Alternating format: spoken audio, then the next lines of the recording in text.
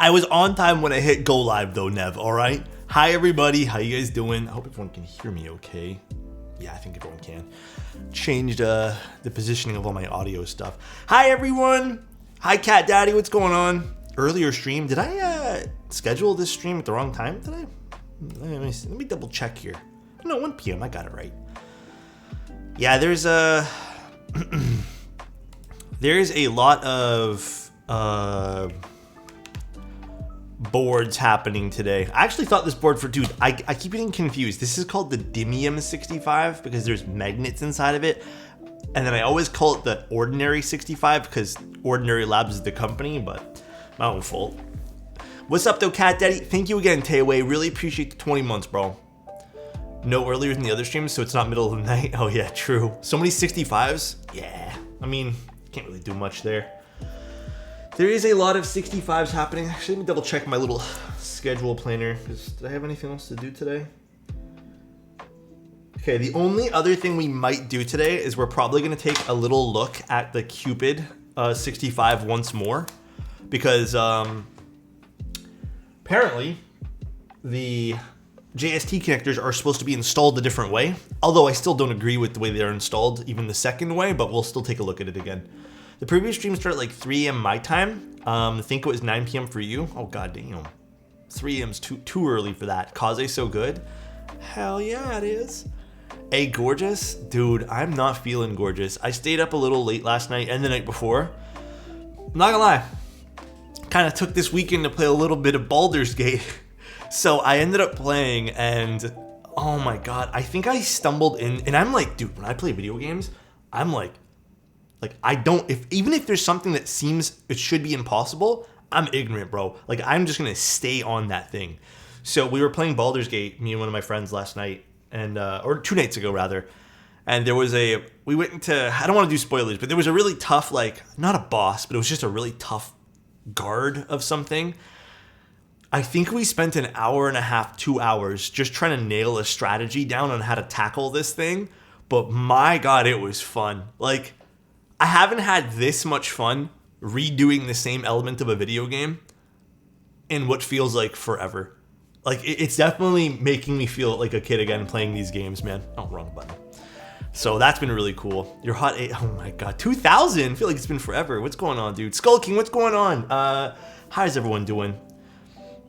My friends and I are stubborn as hell too. Yeah, I think my favorite thing to do in the game though is pushing people off of ledges. It is hilarious. Kaze's so good. Nev, what's going on, bro? Dr. Killswitch, Treefinger, Azim, Callo, how you doing? Utoy, Jab, Chut, how you doing? Zosco 2000, what's going on, everybody? Yes, sir. Making lunch, doing laundry, waiting for GMK DMG to get in. Hey, yo, that's a nice set actually. I already read that one there. One of the GTA heists took like 6 hours. I couldn't get into GTA. I don't know why. I just couldn't get into it. Oh, you know what? I wanted to do one thing before I started streaming, that was reorganize the boxes for this because I took all the boxes out. It just occurred to me right now, like middle of that sentence. Doing great. Attended a keyboard meetup yesterday. Oh, is that the that wasn't the Montreal one, was it? I think the Montreal one was yesterday or the day before. I watched the Grand Budapest Hotel yesterday based on Alex's rec. It's probably one of my fave Wes Anderson movies now. It's so good, right? Montreal meetup? Yeah, one of my other friends was sending me pictures. She went and she was she said she saw an Alex Otos Envoy, and I'm humbled, bro. It's crazy. Juice! So nice. Thanks for the Prime, man, for a year. What the? The Grand Budapest Hotel. Love that movie. Yeah, Hackney. Yeah. She's awesome. Juice, thank you again for a year, bro. Do you have NDAs for prototypes? Sometimes yes. Like I have one right now that I'm not, like there's actually 2 in my possession right now that I am not allowed to show you guys. Cursot, thank you so much for the tier 1. Thank you for 4 months. So I do get them. I'm gonna be honest, a lot of them are like handshake agreements though, so they're not like official. But I will always do my best in honoring those handshake agreements because I feel like that's kind of necessary. All right, there seems like a lot of boxes here, but I promise there isn't. If you want a proper unboxing experience, I would watch Tim's. I kind of took out everything from the boxes to take photos. I'm interested in this board.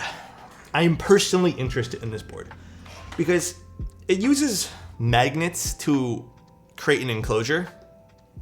And I feel like there hasn't been a good board using that quite yet. What the? Dude, you know what it is actually? It's this fucking dumb cam link. Matters what budget? Yeah. It does matter what budget. Whoa, pink. Yeah, I can't wait to, I can't wait, man. In retro wave today? A little bit, yeah. A little bit. Although, I've never seen it go pink before, so that's weird. I should use my Alex Envoy more, but I keep going back to my key call. Hey, do whatever makes you feel happy with your keyboards, right? They're your own keyboards.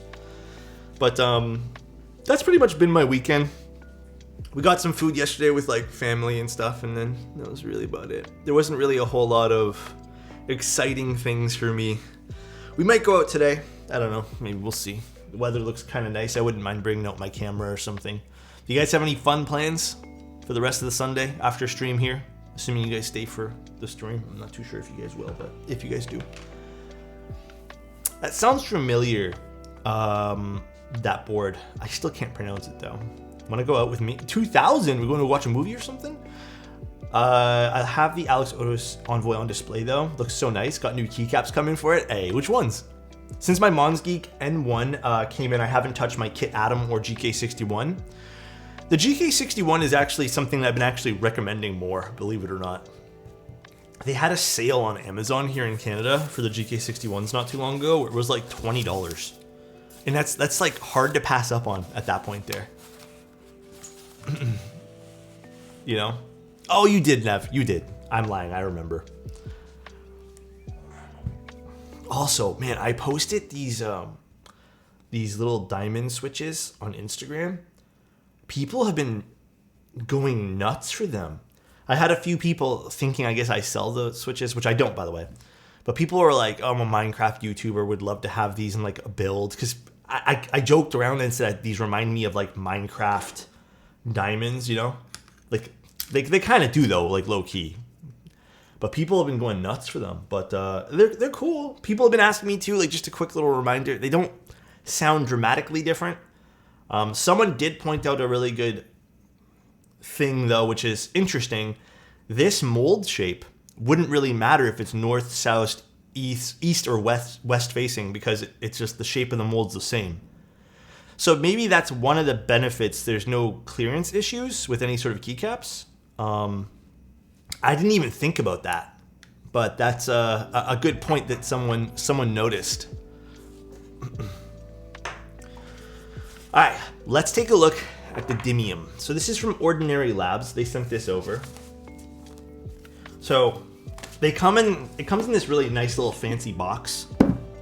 I opened the box already. The box has like everything inside the box with more boxes. Again, full unboxing experience. Unfortunately not happening today because I ruined one of the boxes trying to open it. All right, so let's start with the one box that I ruined. We have our foams. To dive in a little bit deeper about this particular foam, this is like one of the, this is like an EVA foam. This is not really a pour-on, so this is a lot like more stiff and I don't know what to call this one here. It's just, typically when I see these foams, I know they're not going to be as dense as something like the pour-on stuff, and I typically find with this particular foam, if you guys were interested, and we're probably going to use this today, this is a little bit more airy in sound signature. I know it sounds like very nuanced us saying that, but it kind of is. And then we have PE film, which we're probably not going to use. We have some bottom foam. Now this is pour-on, or it feels like it anyways. This is the more dense stuff. We have some different plates, which honestly does look like a thicker aluminum plate. And then we have I want to say this is an acrylic plate, but this probably is polycarbonate, but who knows? PET sheets are popping off in China. Dude, PE film in general, outside of North America, is like for the keyboard hobby and stuff. Dude, I hate when there's like a piece of hair floating in front of my glasses. It's so popular. PE film is still one of the most popular things. Alu and PC, there's Ordinary Labs. All right, let's put this back over here.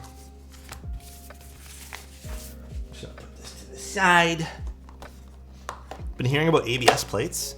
Ooh, I have not tried one of those. All right, now, I already brought this up to them because they did ask for some thoughts prior.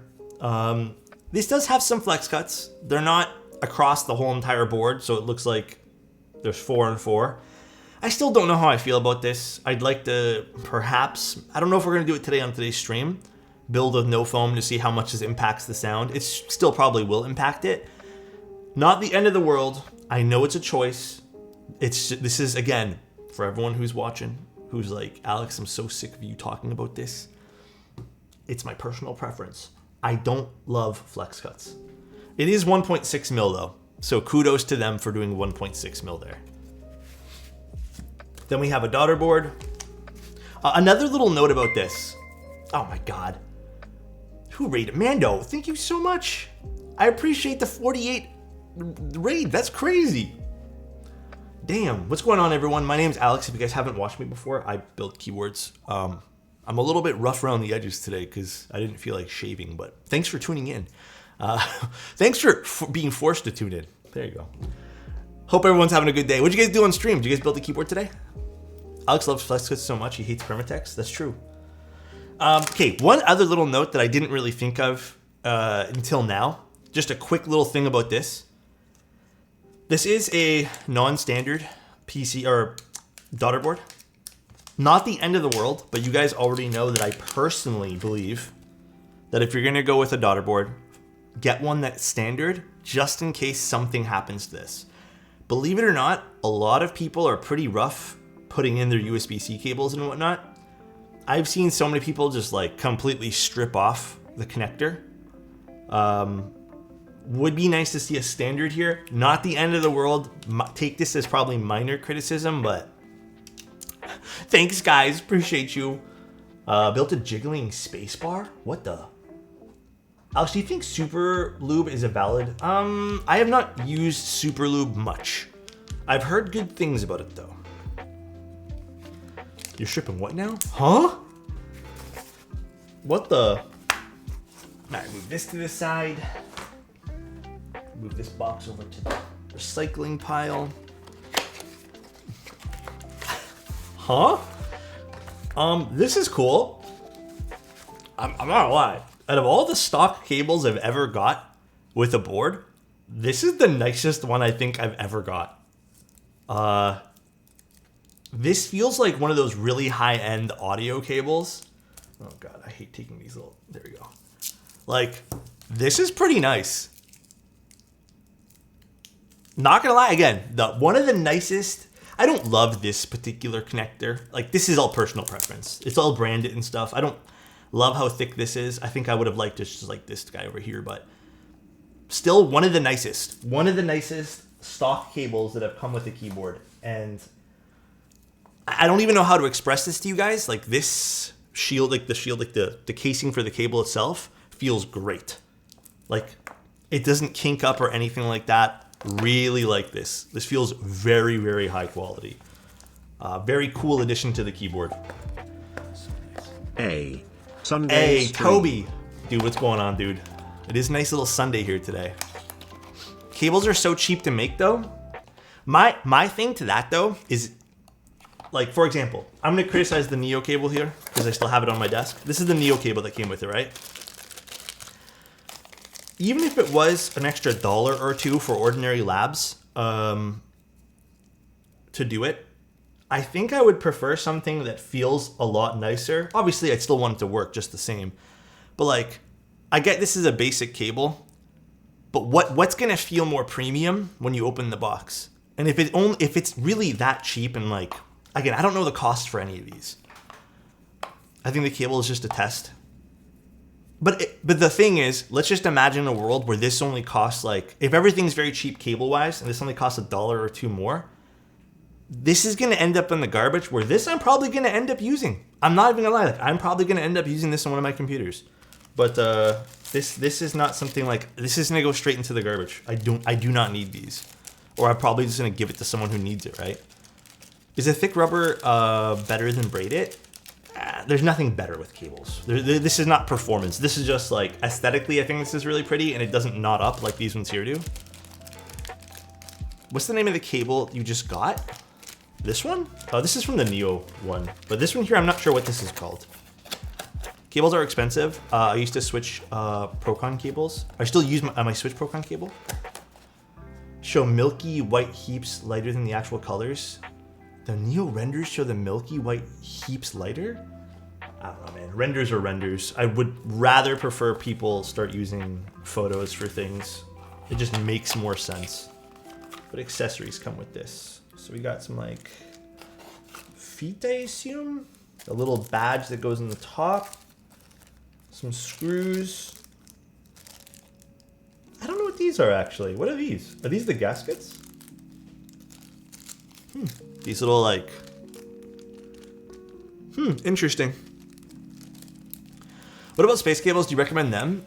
Space cables are fantastic. Who else is great? Geo's dispatch cables. So dispatch cables is great. And then the only other cables I've used is from one of our sponsors, being From Scratch. I've had a voxel cable. I don't use it as much because it was like a specialized cable for something.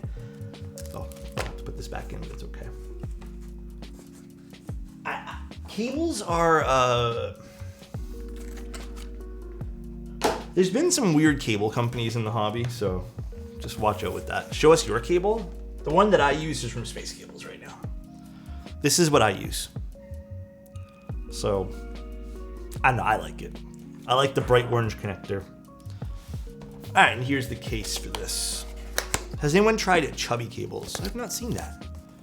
I prefer to buy all the parts separately, apart from maybe screwdrivers that fit the specific screws, and have the price for the keyboard slightly lower.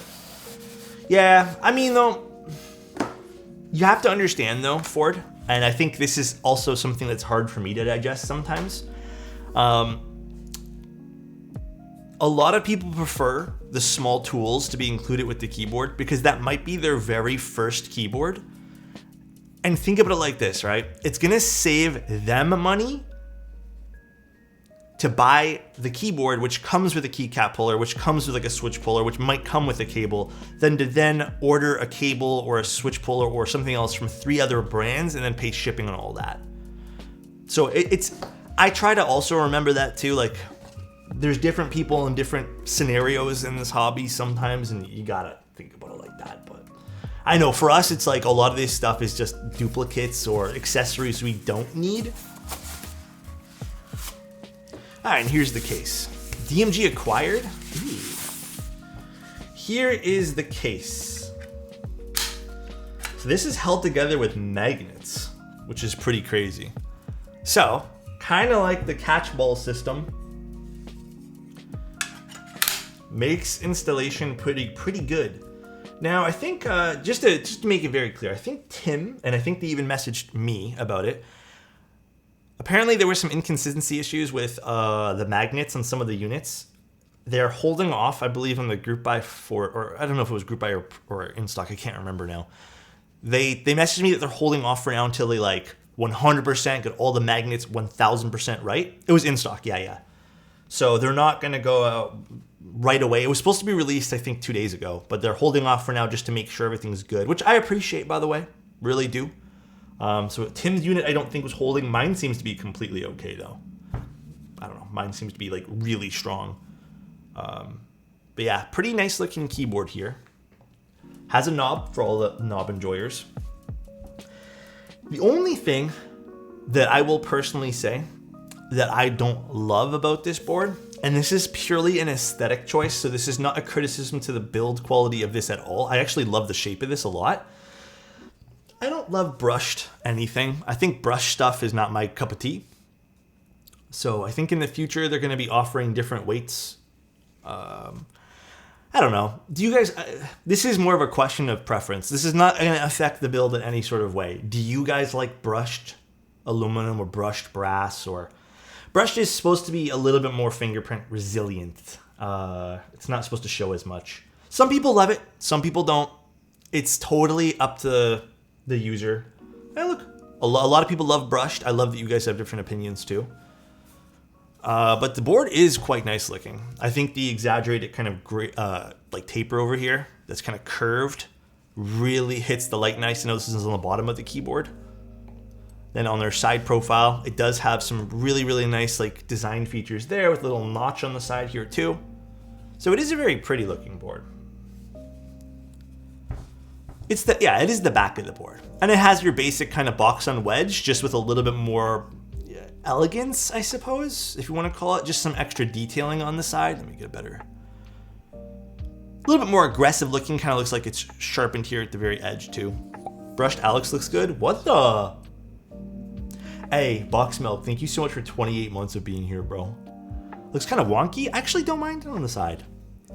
I think if they went with a standard box on wedge, I would have been a little bit bored of it, but I kind of like that they have a little tail over here. I think maybe the only thing that I would perhaps like to see a bit different about the side profile, but again, this is personal preference. Maybe the edge just being a little sharper to kind of give it a more of like a tooth kind of look there, but. And then you get the back of the keyboard, pretty standard fare here. So this is not quite recessed, but it is hiding underneath the top frame, which is nice. So you won't see some of that cable being exposed.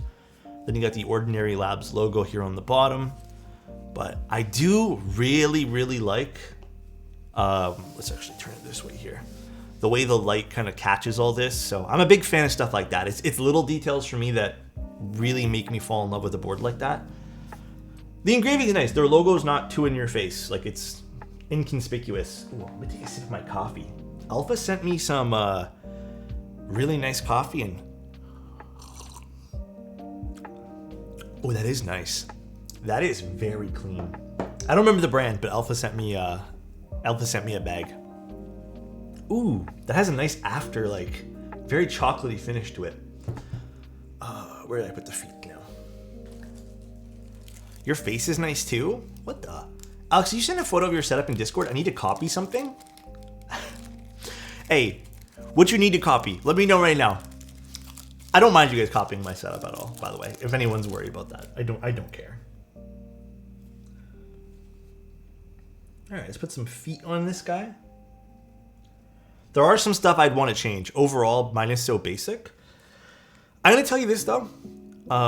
My setup is literally made for streaming. It is not the most nice for like playing games and I don't know. It's not supposed to be like a productivity setup. It's meant for streaming. So there's things in certain places for me doing live streams. This is also why like I don't think it matters too much if I make a setup tour, because if I had the choice to not stream and build a setup, like if I had a separate office, it'd probably look a little different than this, but it's on. I have like a little setup tour on Random Frank P's channel, yeah. What are the keycaps on the board above? GMK Honor Dark. We do need to get a coffee bean recommendation channel going on. My desk is from IKEA. People, dude, the thing I love about this desk, everyone said this so far. It makes me feel like I come from elegance. Everyone always thinks that like, oh, I have my gum here. God damn it. I didn't even realize that. Everyone thinks this desk is like $2,000. It's $99. It's from IKEA. I think the most expensive part about the desk is the legs. I wish we got these on sale, but it was kind of we needed to grab something ASAP. I bought legs from IKEA, which were like $20. If I could ever recommend you guys not buying something from IKEA, it's those terrible IKEA legs.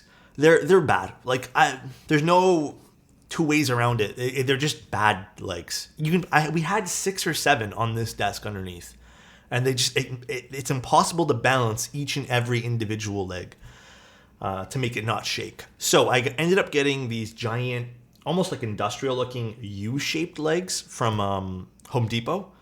I think that was $140 or something. Unfortunately, the most expensive part about the desk.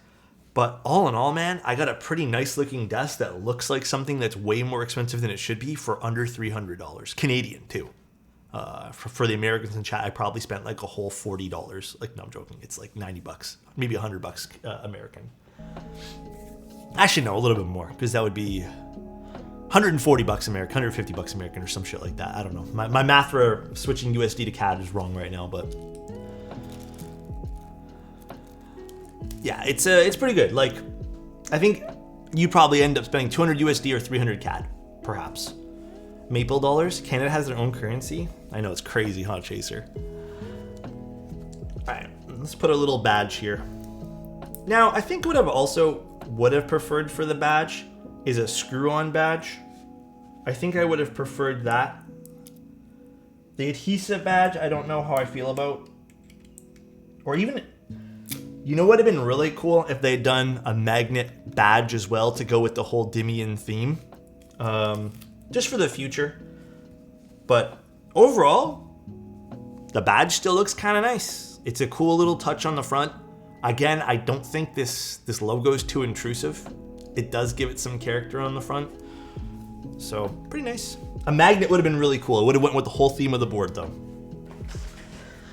All right, let's do some stabilizers.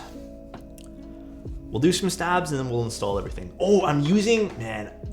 So, long story short with these switches, I don't think these are being sold anymore in the West anyways. But they were, I don't remember what these are called.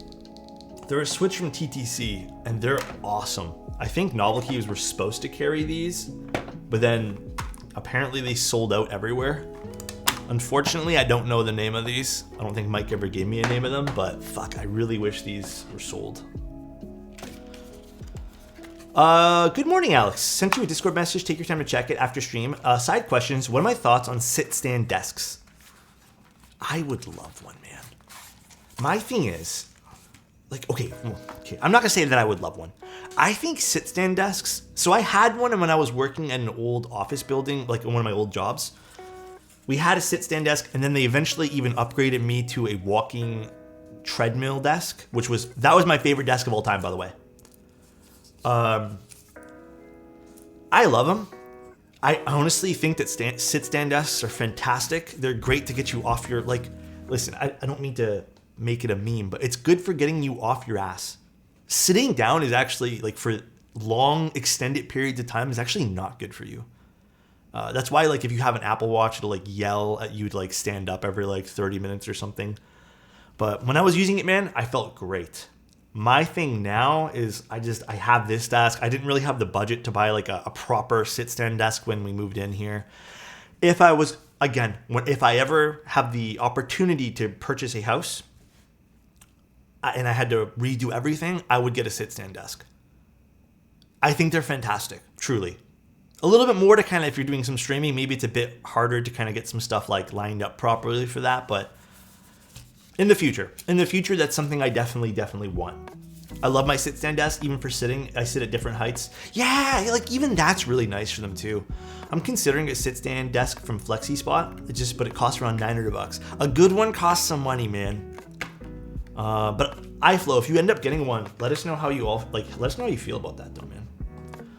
How much was that one there, Chaser?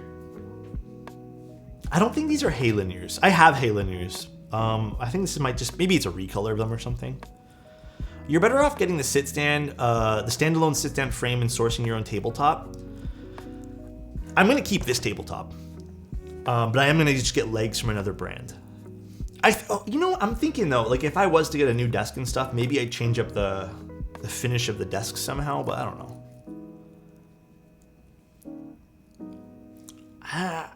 I've heard mixed things about the IKEA one, but the people who love the IKEA sit-stand thingy say it's like really good, so I'm not too sure.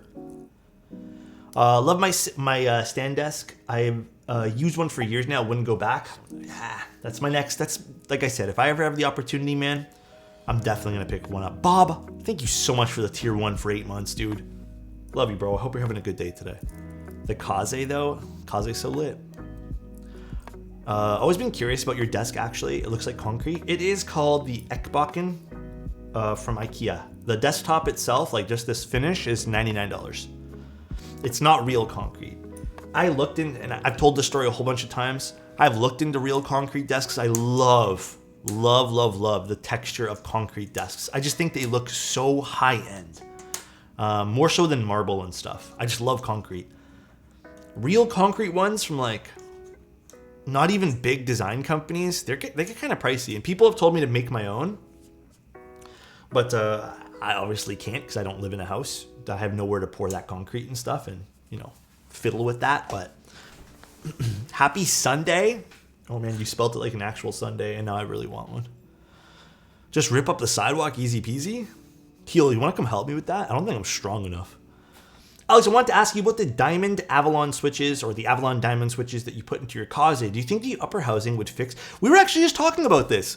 I don't know. I would assume so, though. Someone mentioned that on Instagram as well, and I thought that was such a good point to make, but I don't know. I have no idea, to be honest. I think so. I think so would be the answer. Let's get some lube. How heavy would a concrete desk be? The one I was looking at was pretty heavy. And I ended up buying, you guys can't really see it, it's like right here, but I bought a concrete side table, like a real one, because I've been using it to take photos like on my Instagram and stuff. I got it super cheap, really happy with the price I got it at. It does, and it's not even a full block of concrete, it's like 4 concrete walls, and it weighs almost 60 kilos, I think.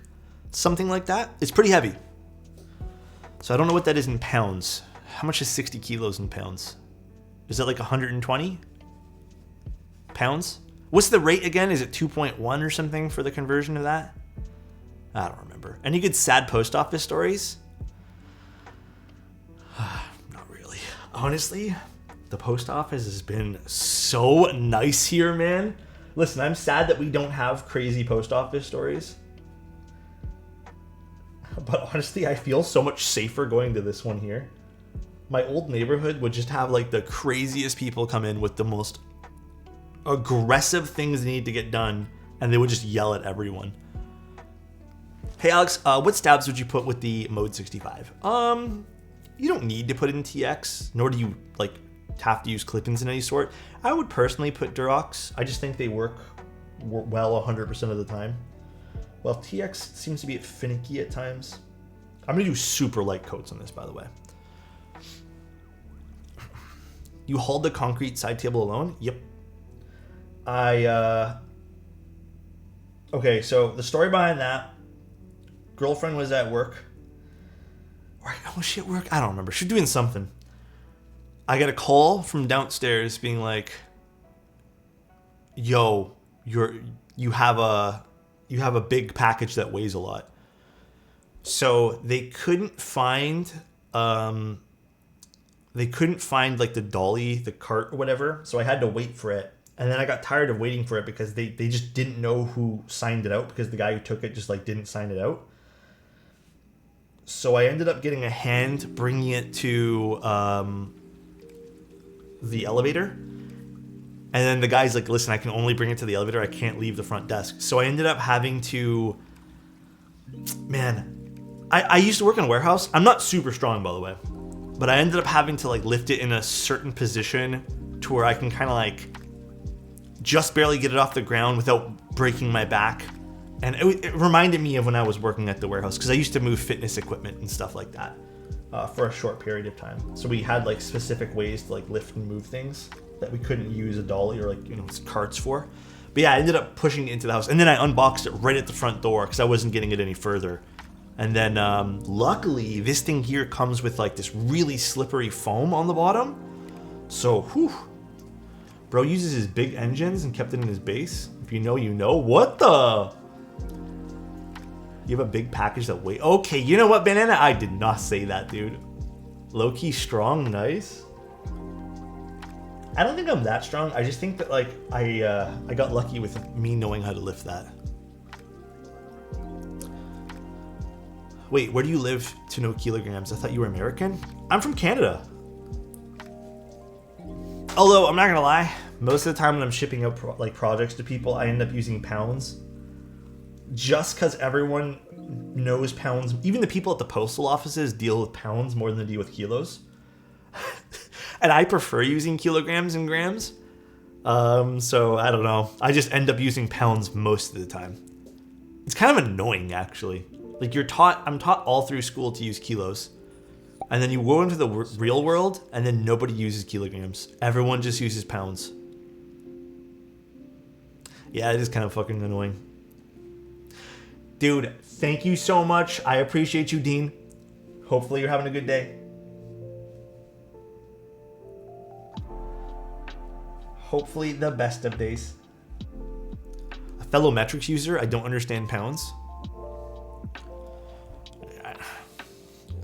I deal with a lot of like clients from USA, so I have to know. Although again, even in Canada, for some reason, we're so fixated on using. It's weird. Canada is the only country in the world, I swear to God, man. We use pounds, I feel like, for everything. Hey. Zap, thank you so much for the prime, dude. But then we none of us know. I don't even know. I don't know how to use miles. So we only use like kilometers and stuff. But we use pounds for everything. Some things in Toronto end up using kilograms, but most of the things end up using pounds. It's really weird. We use time, not kilometers. I still don't get that whole joke. Why are you guys so obsessed with us? People make a joke that Canadians don't. All my American friends also use time when it's like, okay, here's a question for you guys. Okay, question. If you had to go to the movie theater with a friend and it was, I don't know, 30 kilometers or let's just say whatever miles away, would you say it takes, I'm making up time here, an hour to get there? Or would you say it's 20 kilometers away? What would you guys say? I feel like everyone uses time. I've never met anyone that says 20 kilometers away. And it's like a joke that Canadians just say time, but I feel like everyone uses time. Yeah, see, everyone uses time. What the fuck? Dude, I still don't understand that joke, man. Yeah, dude. Nobody. I have never met a single person that's like, actually, it's 20 kilometers away from when you're. No one has ever done that to me. No one has ever done that. I think it's a European thing to use distance because they walk everywhere. Even the people I know from Europe say time. For example, if someone says like, I think the only time I think I do this too. Where it's like, when I want to get some exercise included in where I'm going, I'll then worry about how far I'm walking. But, no, I'm from France and we use time, by the way. Exactly. Dude, I've never met someone that's like, yo, the mall is 2 kilometers away. No one's ever done that to me. And then it's like some big meme that Canadians just use time for everything. No, bro. It's like that other thing that I've been seeing going around the internet. About the people having an internal monologue. Apparently 50% of people, or some crazy high number like that, don't have an internal monologue. If we use this chat as a census for how many people have I guarantee you 100% of people will tell me they have an internal monologue here. I've never met someone that's like, oh yeah, I don't have like a voice inside my, like, I don't, like, when I read something, I just absorb the words. No one's ever said that to me. Shows how many NPCs are in the Matrix, Alex. Yeah, don't believe everything you see online, guys. I truly don't think people understood that question, to be honest. So apparently, some people don't have an internal monologue, all right? Let me explain. If you're thinking to yourself right now, can you like, I don't want to say hear voices inside your head because I feel like that's not a good thing, but like, can you talk to yourself in your head? Can you recall stuff like in your voice and like, I don't know, man. It's so hard for me to comprehend that someone doesn't have an internal monologue. Like, you don't just act. You're not a robot.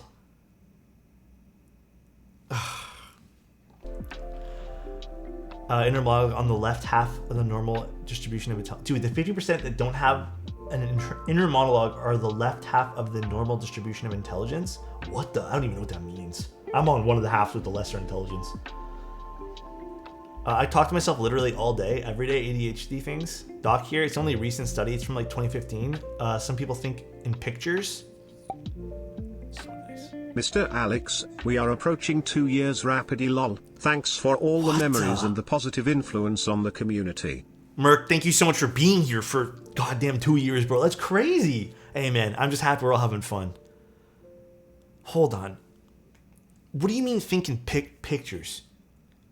Because if I'm closing my eyes and I picture a cup of coffee, I can picture it, and then I can also talk to myself saying this is a cup of coffee. Do some people not able to? Oh, I don't get it. You know what? But like when I need to remember dates and times, I'm not going to picture a calendar. I'm just going to remember the numbers and stuff. Man, I don't know. It's fucking weird. I don't get it. This is out of my realm of understanding now. I give up. Let's go back to looping stops. Things I know. Some people can't visualize stuff in their minds. Really? So if I ask you guys right now to visualize, close your eyes and visualize a keyboard, you guys can't. Some people can't do that here. I wonder what the percentage is then. I don't know if that's real or not though. Heard this from a girlfriend's friend. Good imagination is nice, but I just don't get lost in it. Oh, I get lost in it all the time. Some people can't see faces. All I see is you. Oh my god, Cyril, please. Please, dude. I was more than happy before I read the chat. Shark, how are you, dude? Every thought you have isn't narrated by some inner monologue, though, surely. Okay, I'll explain to you guys how I think. I got a lot of stuff going on in my brain at all times. So when I'm working, when I'm like, dude, it could even just be like us going to the post office or something. In that thought, if I need to go to the post office, I shit you not, within that same like minute of thinking, I am also thinking, if I go to the post office now, what do I have to do afterwards? What is my day going to look like? How am I going to interpolate my entire day based off this one thing? So I think of like shit tons of crazy things within like a minute, and I try to determine my entire day. And it's a bad thing to do. Honestly, for me, it's not the greatest. It makes me stress out, gives me anxiety, like, because then if something doesn't go my way, I start to like panic. That's how I think. I'm not good at slowing down my thoughts. It's like all of it all at once. It's crazy. Yeah, people have told me to write things down, but I do. It doesn't always help though. People should write it out. Easier to plan that way. I try. How are you guys with dates? Day, year? Oh, day, month, year? I put day, month, year. It's funny to me that people think everyone's brain works the same way. It's just one of those things. I think a lot of people think that like, oh, if my brain works this way, it must mean everyone's brain works this way because a brain is a brain. I understand where people come from. Studies show that people that good with imagination usually get lost in it and have more risk of getting mental illness. What? Well, shit. God damn. Anyone having their brain play stupid music while they're in a dire consequence? Can't say I've ever had that. Luckily though, I don't feel like I've ever got lost in thought. Like I don't ever like space out and then get lost in thoughts that way. What are we talking about? I don't know. I don't know how we got in this conversation. Oh, I know how. Because we were talking about how apparently Canadians measure distance and time. But I debunked that right now. I just debunked that with all of everyone here. It's everyone. Everyone talks about time instead of distance. Nobody uses a metric for like steps or anything like that. They just go, it's 20 minutes away, it's 20 minutes, it's 10 minutes away. Have we seen the Beam65? I haven't really been keeping up with Parallel stuff recently.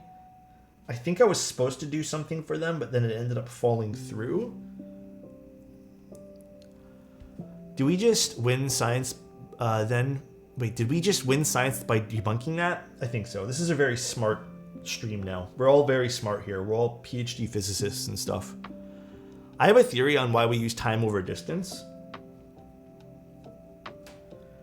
What's your theory? My theory is like, I think that there's just too many variables. Like if I say 20 kilometers, that might also take an hour or it could take 20 minutes. I feel like there's too many variables to say that. So I think that's why we...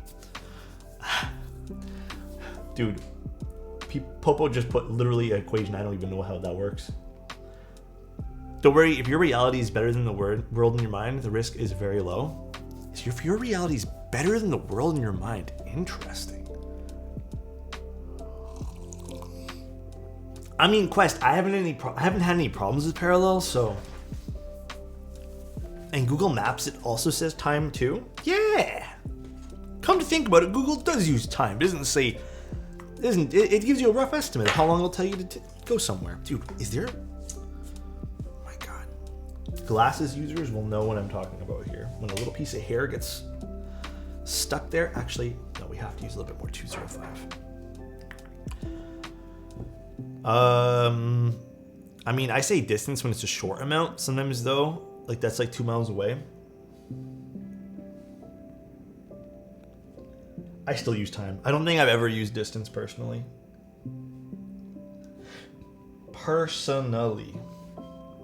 Distance is so ambiguous. Like, is it 20 kilometers in a straight line, 20 kilometers you have to travel? How are you traveling? That's also true. What about finding parking, leaving the house? If you're going for the first time, you might get... Yeah, that's actually very true too. There's too many variables, right? Exactly that. Way too many variables. All right. So, new thing I've been doing quickly, just back to keyboards for like all of 2 seconds. I know we're not here for keyboards, but I've been finding with the TX tabs, based off of everyone here's suggestions and then just like fiddling around. Just on the spacebar, I will use 205 and extremely, like you can see this, there's nothing there. It's super light coat of 205.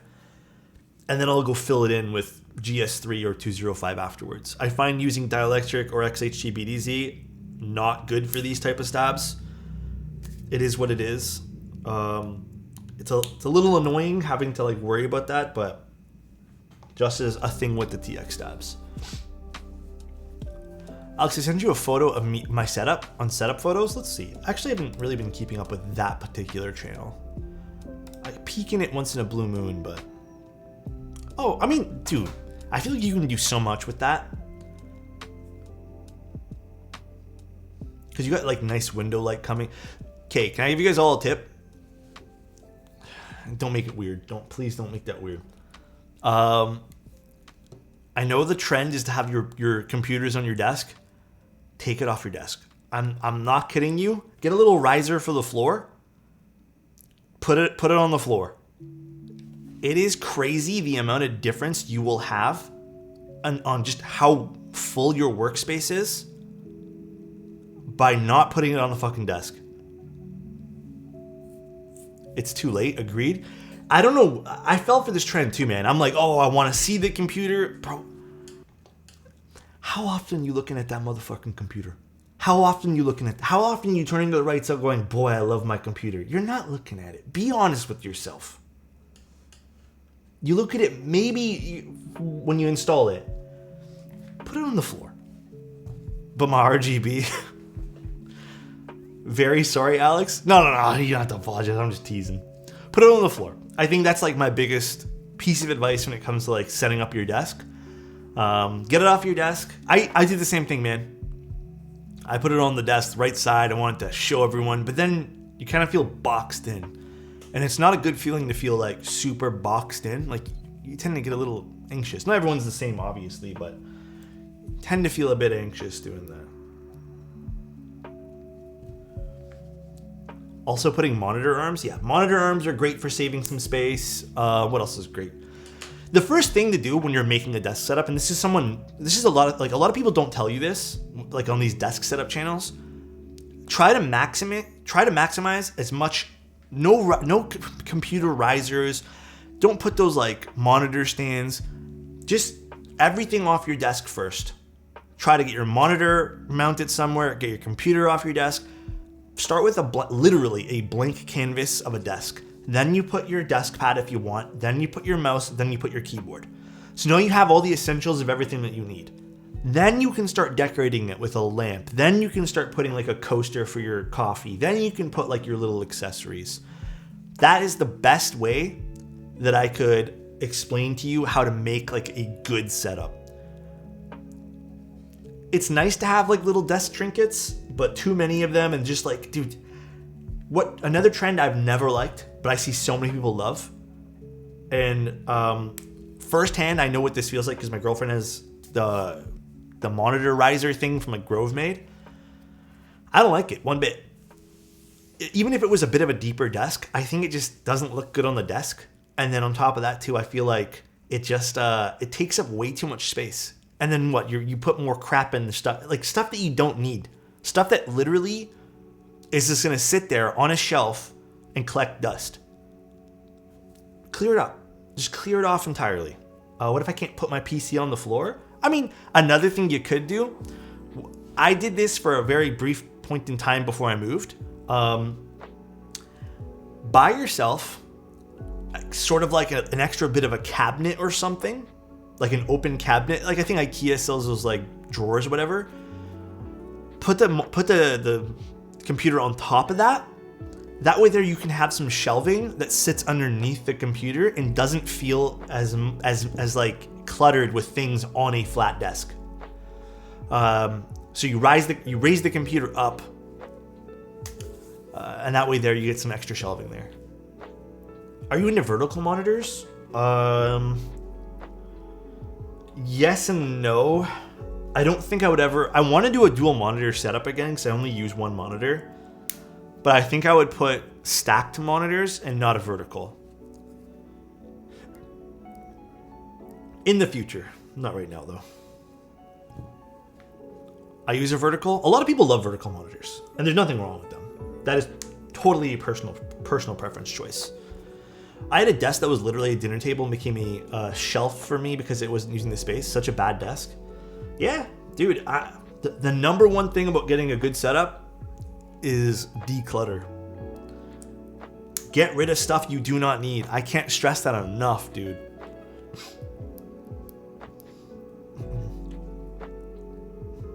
Actually, if you want a solid piece of advice that no one gives you, how many people here, and this is not to shit on any company, so just please, like, let's not do that.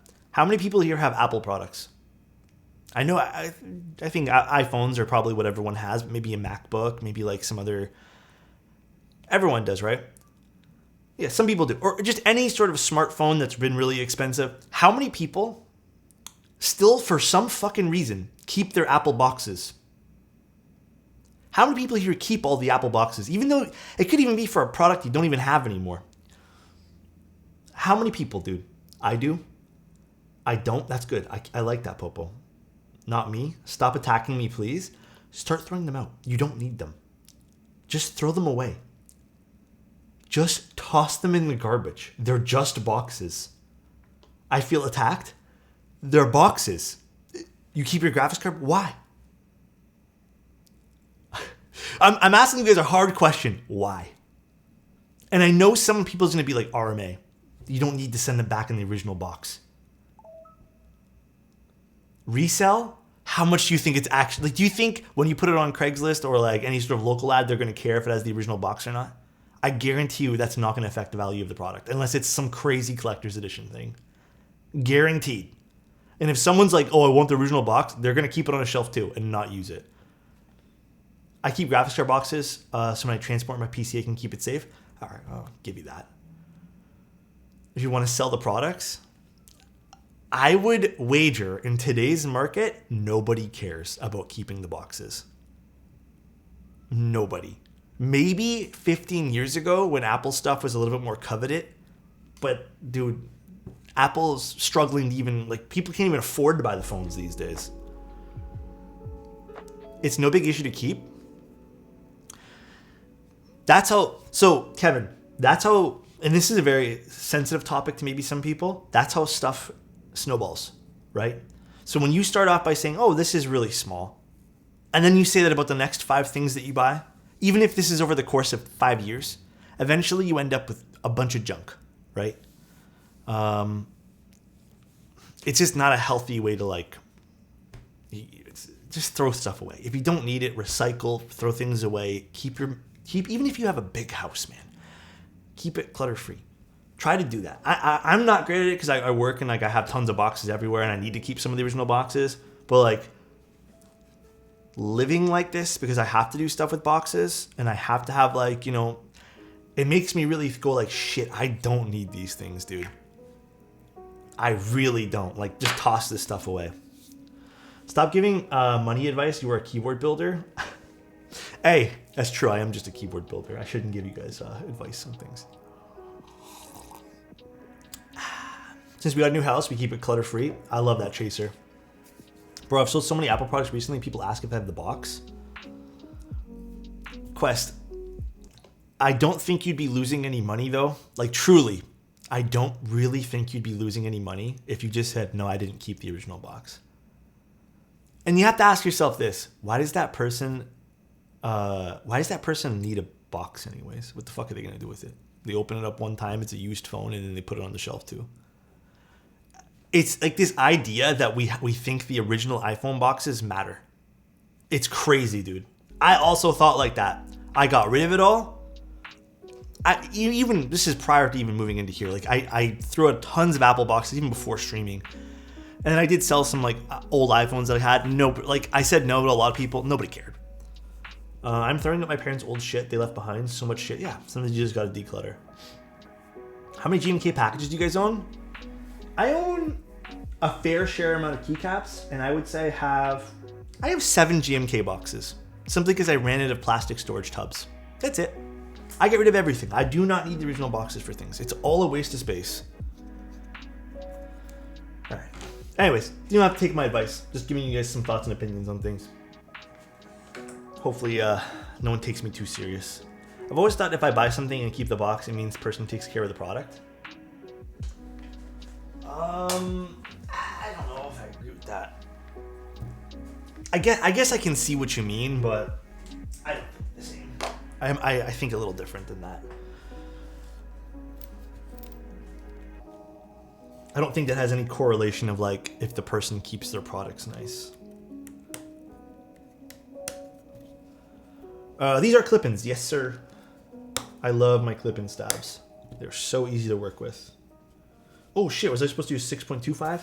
Okay, I was. Was there a 6.25 stab wire in here? I need to go grab a 6.25. Oh, I got one right here actually. Perfect. Do you think you'd own as many keycap sets if you didn't have this as a job? No, I don't think I would. I don't think I would have the need to showcase stuff like that all the time. So, for 6.25, yeah, I was about to comment on that. Not my favorite thing, like with hot swap models, but I understand why people do it. I would love to see more people, and again, I know the market right now leans to people using hot swap. I get that, but I still would like to see a solderable option for not just this keyboard, every keyboard. I feel like forced layouts and stuff are I don't want to use the word boring. I don't know. How do you guys feel about forced layouts? I don't love it, but I get why they do it. It's more my thing. Are we going based half and half again? No, I don't think we're gonna do half and half again. I think that was a one-time thing. Are you sure you don't want to balance those wires for 30 minutes? They might be 2 millimeters off or something. I feel like this is a personal attack, but I've never balanced a wire in my entire life for that long. Wait, Kevin, why are you saying that? I need some understanding. I need some context here. Did someone balance a wire for 30 minutes? It wasn't directed towards you? I'm so confused. The Keep community. I mean, I said this in I'm not trying to defend myself, but just to like reinforce the idea. I think I said it in my stab video that it doesn't need to be perfect. It just needs to be straight. It doesn't need to be like mathematically 100% perfect. There are other issues that come into stabs that I think are more important. But it is still good practice to keep it as straight as possible. If they're only going to do hot swap, at least give you a stepped caps option. Yeah, I do agree. I would like to see the very basics that I would personally like to see on hot swap PCB is stepped cap and regular, short shift and long shift for non-65s, and then 7U and 6.25U with bottom layouts. That's really it. Split backspace, I get why people don't do it. There's some issues with split backspace and the hot swap sockets that people quite haven't figured out yet on some models. But the only thing that should be forced is stepped caps. Can't believe that's not the normal key in most keyboards. I feel like most people build with stepped caps anyways. So I do agree. That's always been a confusing thing to me. I love your split backspace, and I have split backspace in my bar key. I love split backspace too. At one point, that's all I was using. Actually, this is a pretty PCB. A little Dymium65 on that. Very pretty. Cool. All right, let's put some foam in this. Again, to reiterate, I would love to see them use a non-flex cut PCB in the future, or at least give us the option to purchase one. I don't know. I think it's important. So it's not crazy. Like, this is, I think, the standard of maybe a little less, because it's not completely all flex cut it up. I've seen worse than this, but again, preference, all that jazz. Chaser. You know, it's always my preference. Seeing you in chat, Chaser. Love you, dude. I hope you're having a great day, all right? Chaser, I hope the weekend's going fantastic for you. Some at the meetup had a split backspace on the TKL. Ooh.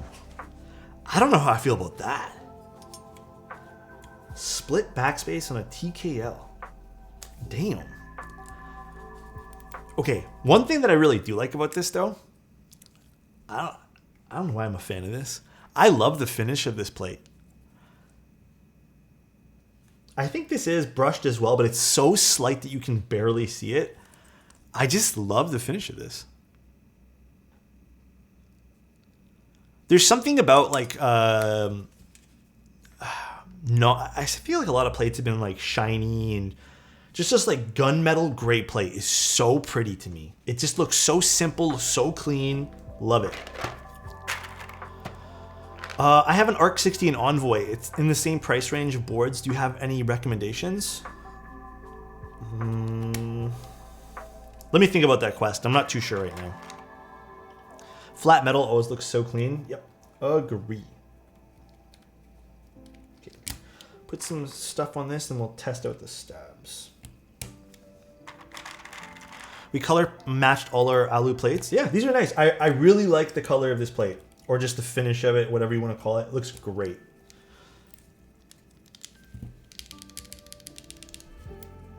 I have a little bit of high hopes for this foam, because again, this is not as dense as Poron. Now the question is what caps today. Dude, Wapoke, thank you so much for the Prime. Thank you for being here, dude.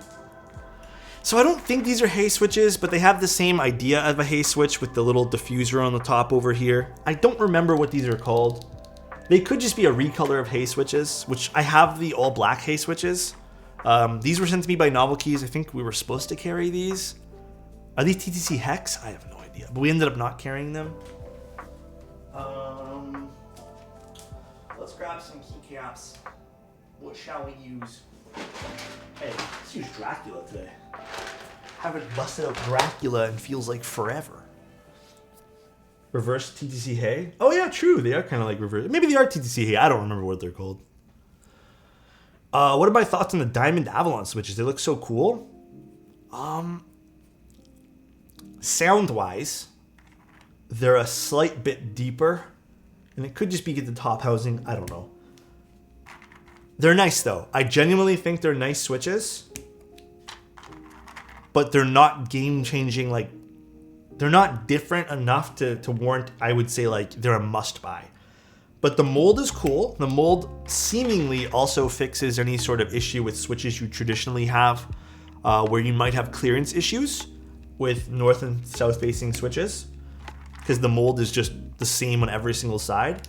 They are a little bit more annoying to kind of lube and put back together because there's no indicator of which side goes where, so you kind of have to like know what you're doing.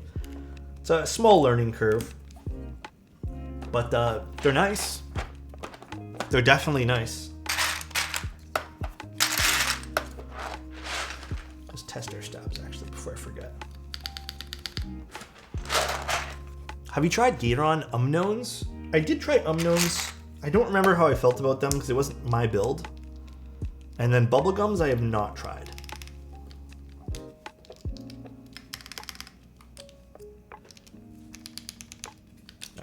Stabs will sound good. I guess I'll find out more about if there's... Again, I put such a light coat of lube that I'm kind of like nervous about this, but we can tune them up later. Beeson X's, I haven't used them yet though. I've heard good things. I've heard very, very good things. Gasket points on the side of the build A should be nice for alignment purposes. Yeah, this is the only one that I don't love seeing, but I think the way this board works is if I end up not putting a gasket here, it shouldn't matter. So there would be no chance for this like accidentally hitting the top or the bottom, because I think the gaskets are actually quite large on this, but we'll see. So this might be one of the rare cases where even though they put it here, I don't think it matters if I put that there. Like me putting that on personally. I did see the new Cherry what are they called? M2XAs or MX2As? Interesting. I don't know how I feel about it, but interesting. Knowing what I'm doing is the biggest hurdle in my day-to-day life, to be honest. Knowing what I'm doing? Yeah, I know. Honestly, same. Like today, a small part of me wants to go to IKEA, but then like I have other stuff to do. And then I also just have my work week for the next week is insane. And then I don't know. I don't know what I'm doing today. So there have been a lot of lube in the pool. They have a lot of lube in the pool? Pole hole? Wait, have people got them already? 6 months, baby. Oh my god. Paradox, thank you so much for the tier 1. IKEA, I mean, it can be a short trip. You know why it can be a short trip? When I walk down the aisles of IKEA, I just go, can't afford that. Don't know where to put that. Got no room for that. So that's my IKEA trips usually. And then I end up coming out with like a little potted fake plant. That's usually what happens.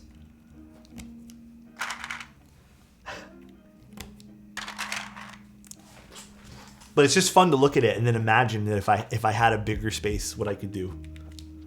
Relatable. Kenny has ruined me. I can't stop playing Apex. It's addicting. I like Apex. This is one of the better battle royales out there right now.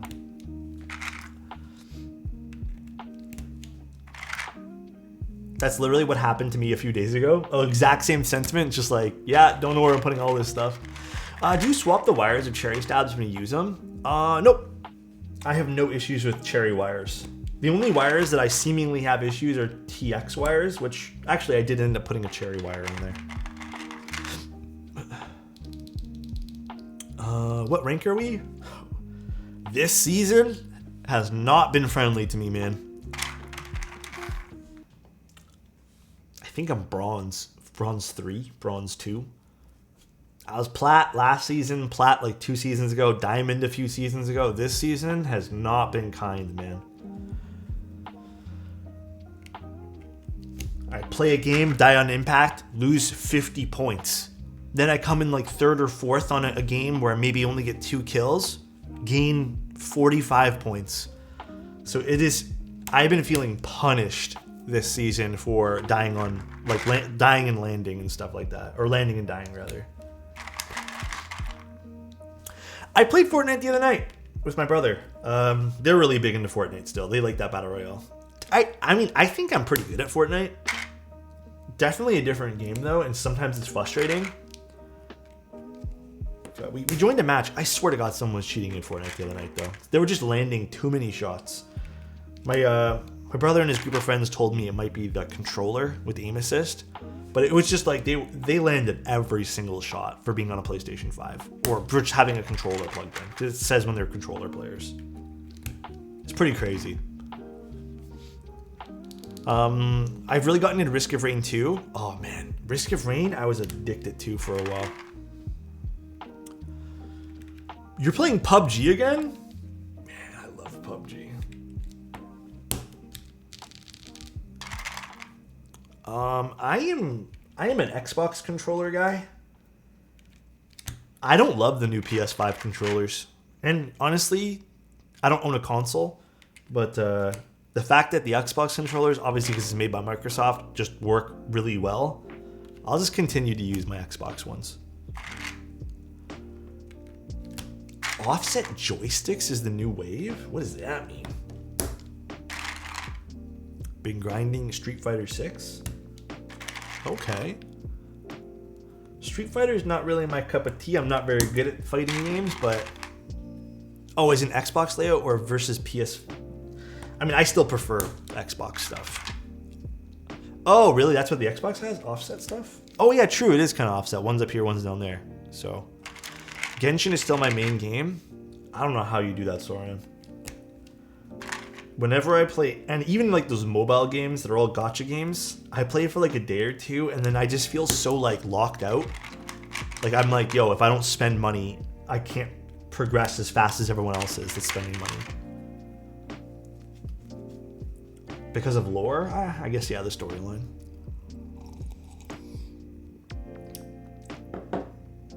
No, I've been watching people play Armored Core, though. Looks cool. I don't think I'm going to buy it, though. I'm playing Baldurs Gate right now. That's my game of choice. And then Apex when I'm not playing Baldur's Gate. So those are my two games. And then sometimes TFT. I'm at a point with Genshin where I'm content with what I have. Do you feel like the game is as popular as it was during COVID? I feel like it's died down a little bit. Like that's all I used to hear about was Genshin. Baldur's Gate looks stressful. You know, it's not. I've been having a blast with it, and honestly, I thought it would just be way too much stuff to learn, and I've been having a blast, dude. It has been so much fun playing Baldur's Gate. I was so nervous.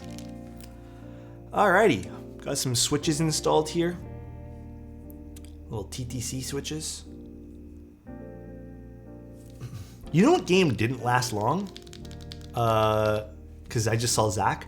I really think there was so much hype of that Hogwarts game, and then it just disappeared. Nobody talked about it after like a week, after all the controversy and stuff with it. No one played it. No one like talked about it. It was just like the game died. Has been good though. I lost interest. I played it for a little while, I'm not gonna lie. And I lost interest in it pretty quick. It didn't feel like a great game. Everyone finished it. Eh. What has been... Oh, dude. Overwatch, I think, has been one of the biggest gaming controversies possibly this year. I think Overwatch deciding to announce that they're not going to have a single-player storyline, like that they promised everyone and sold the game based off of. Nah, man, I think Overwatch was worse than Diablo. Diablo's boring as fuck, but I think Overwatch is the worst out of all of them. So, I am super disappointed with Diablo, by the way. It has been a long time since I've been that disappointed with the game. The only other game that I was so disappointed with... Anthem. Anthem was the only other game in the world that I've been that disappointed with. Anthem was so pathetic. Banana Shooter go crazy. Diablo died down so fast. Yeah, it's because there's nothing to do in it. It's like one of the most boring games. Like, how did they go from... Like, what I don't understand about Diablo and just like what... I'm not attacking the devs or anything, but what I don't get is they spend all this time to make this, system for a video game with terrible choices of skills, because I think the skill tree is bananas bad. And then on top of that, there's nothing to do. And it's like they haven't learned from their other games that like, yeah, Diablo 3 performed better when there was tons of shit to do in it. So why not just start off the game with tons of cool endgame content? Why not take an extra month? Because I don't think this would take that long. If the core game's already there, spend an extra few months creating 100 cool legendaries. And if they're not all balanced, then who gives a shit? That's half the fun about playing these games. But instead, they release 6 cool, really legendary items that you'll never get if you play the game casually, which is bullshit.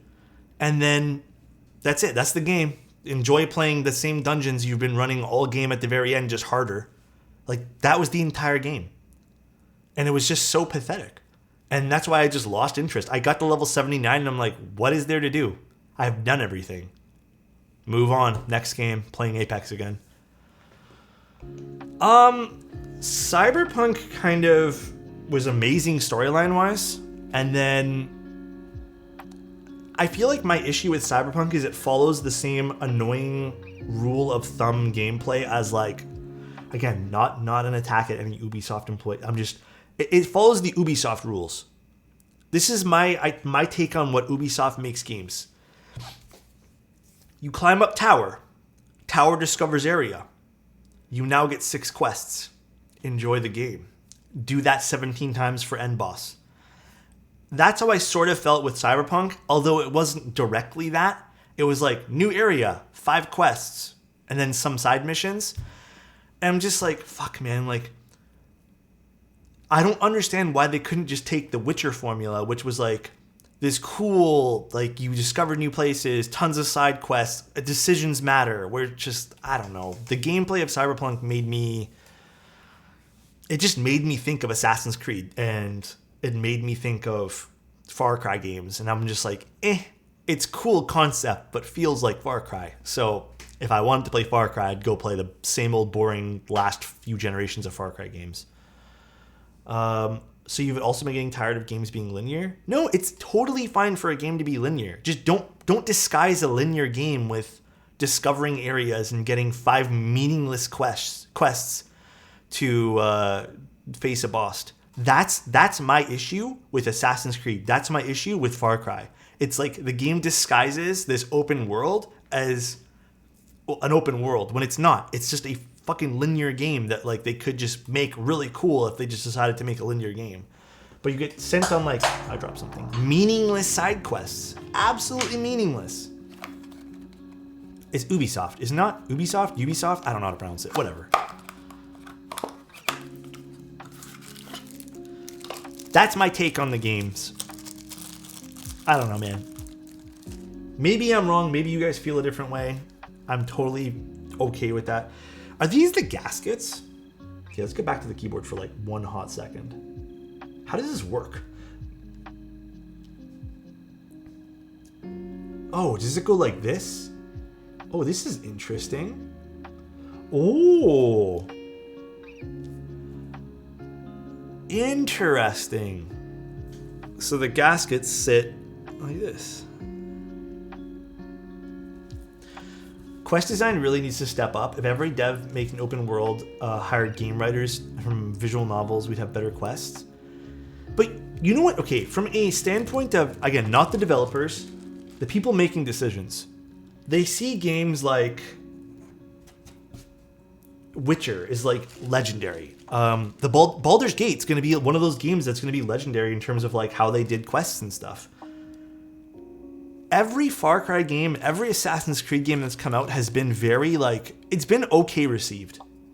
And I get it, you're doing it because you want to make money and stuff, but like, why are they not taking notes from these other companies being like, yo, this seems to be what everyone wants, let's make it something like this, instead of just, oh man, it just feels so boring. Like the last Far Cry game, I didn't even finish. I quit. It was gifted to me by, I think I got it for my birthday or something, and I could not finish it. I was so bored. Assassin's Creed game I love was Origins. Been disappointed since. For me, Odyssey, only because I kind of like the lore of Odyssey, but the questing felt really boring to me. All right, I think I'm going to take out this one right here. Yeah, we're going to do no gaskets there. Now, I'm not going to put in the bottom foam for now. So, again, just to get back to the keyboard, there is no screws to this. This is totally done by magnets. The only screws we have to put in are these two right over here, which let's go get those right now before I forget. Were they back in this bag? Pretty simple build, though. Any resin boards that are half decent? I've owned one resin board. Mind you, it was an okay resin board. But it quickly warped. Lost interest in Assassin's Creed after Black Flag. I think a lot of people lost interest in Assassin's Creed after Black Flag. I think that was like a catalyst game for a lot of people. But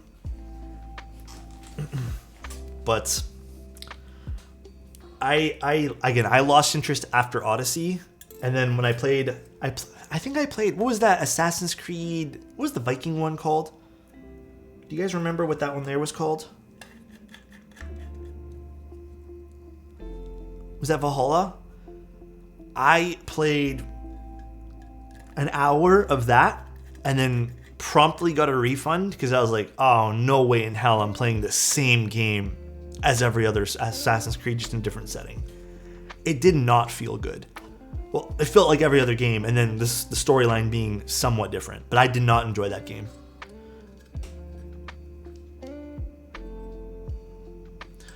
I still play occasionally and enjoy it, maybe 200 hours, but I enjoy the settings themselves. Oh, the Assassin's Creed games? It's crazy how if they just decided to make the game a little better, I think people would genuinely enjoy it. Oh, I like this gasket system. Oh yeah, there's like no way that you can possibly fuck up the alignment here. Oh, this is cool.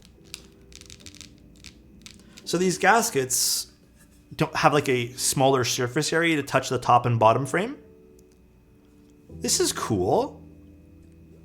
And there you can see some magnets, handles alignment of the plate and PCB assembly. That's neat. Hello Alex, hi, how you doing? Thanks for tuning in today, guys, and just dealing with my discussions today. Toolless assembly, let's go. I mean, two screws. Two screws was all that was needed for this. Kind of have to have two screws here. That was fucking easy. Cool. That's kind of sweet. Shake test. Good. We can actually do a proper shake test here. Now, I don't think we're going to hear anything slipping. There's nothing. Nothing's happening. Now, will it fall apart if I hold it by this? A little bit. But I don't... A little bit falling apart there. So maybe bigger magnets on the top. They already announced that... This was supposed to go live a few days ago, but they already announced that it was going to be delayed a little bit to get stronger magnets, or just look into the magnets being a little bit better. I guess with everything in there, it starts to slip. Actually, when you hold it from... Oh, never mind. It still does the same thing. Yeah, so they're definitely going to look into that too. But I think that this is the best implementations of magnets for the weight, so, like magnets for the case so far. There has been 2 other boards that had magnets that have been so rattly and just not good, that have tried to use magnets for implementation. No, there's been a few other magnets, but... Kind of cool though, but let's put some keycaps in. The issue is we're looking into. Don't worry, chat. We're already on it. Yeah, Ordinary Labs already contacted me before because this again was supposed to go live 2 days ago, but they said we're not going to sell it like this. This is not right. Cool on them. I appreciate that, by the way. Do you know any Switch that have an actuation under 1mm? Ooh, I do not know.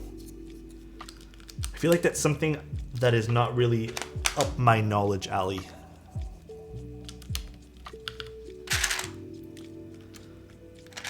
Yeah, I wouldn't know that answer. Can you swap badges? No, that's another thing that I mentioned earlier. This is not a magnet. This would be so cool as a magnet. This is a sticker. It's an adhesive, which I disagree with. I think that should be a magnet to go with the rest of the theme. Not the biggest deal in the world, but would be nice to see that as also a magnetic piece.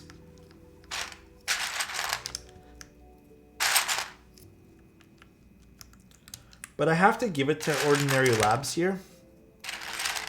I like that they're trying to do the magnets. I feel like that's been something a lot of people have always tried to do but never quite succeeded.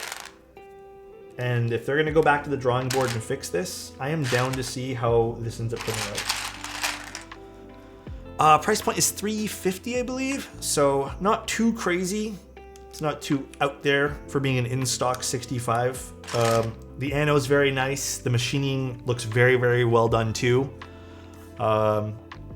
This is not just a boring flat bottom, you know, it has like really nice curves here over here on the top, or the bottom of the top anyways.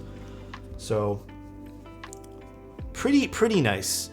Adhesive on a custom board. That's why I said it's not like my favorite edition here. They should put a magnet for that, and I think that would be the coolest fucking thing ever. But truly not my favorite thing about this board. Again, you can look at this from two different perspectives, I feel. This could be a non-issue for a lot of people if they end up liking the aesthetic or really want something with a knob and end up really liking this badge anyways. Which might be a way a lot of people think, but there's also the flip side of that being for $350, I feel like a small magnet holding that would be really well done.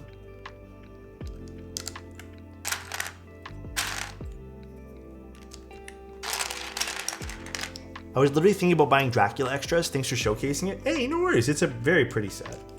It's a very, very awesome set. I love Dracula. The case's magnetic pull doesn't seem to be really strong. Not as strong as my love for you, Alex. Oh my god. You threw in a little compliment there. Love you, dude. Hope you're having a good day today, man. Thoughts on Husky switches? Those are long pull linears, right?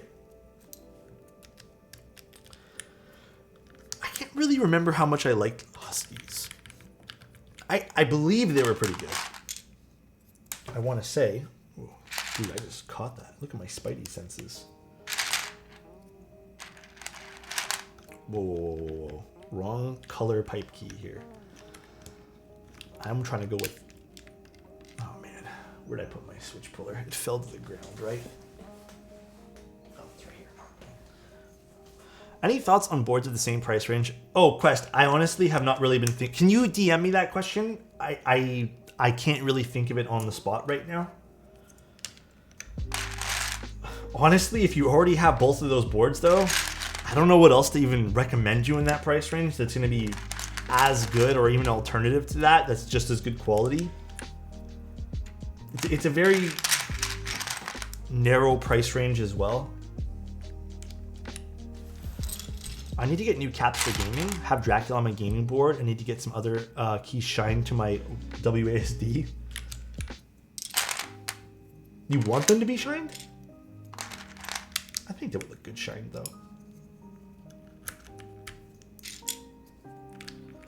The Montreal meetup was nice. Looking forward to the next one in Toronto. 3D caps. What's going on, bro? I keep meaning to message you about stuff, but oh man, I've been so busy. I heard you were there showing off some of your caps, and they looked awesome, dude.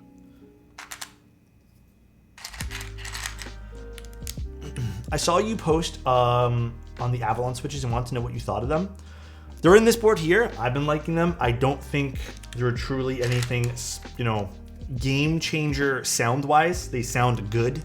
I think a lot of switches can sound good, though.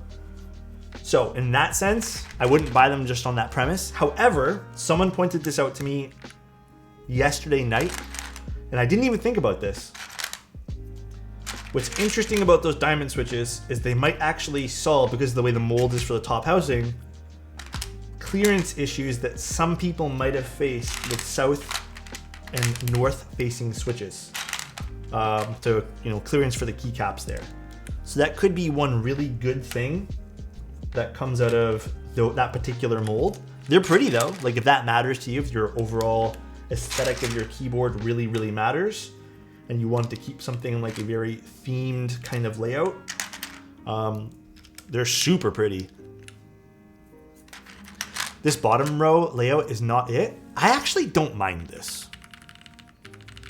You know why I don't mind this? It gives you extra keys here instead of just putting one key over here and then putting everything like cramped together. I kind of like it. But this would still be nicer with 7U. I just can't put 7U. It's identical to my SAT75? Yeah. SAT75 has the same bottom row. It's a pretty classic bottom row, to be honest.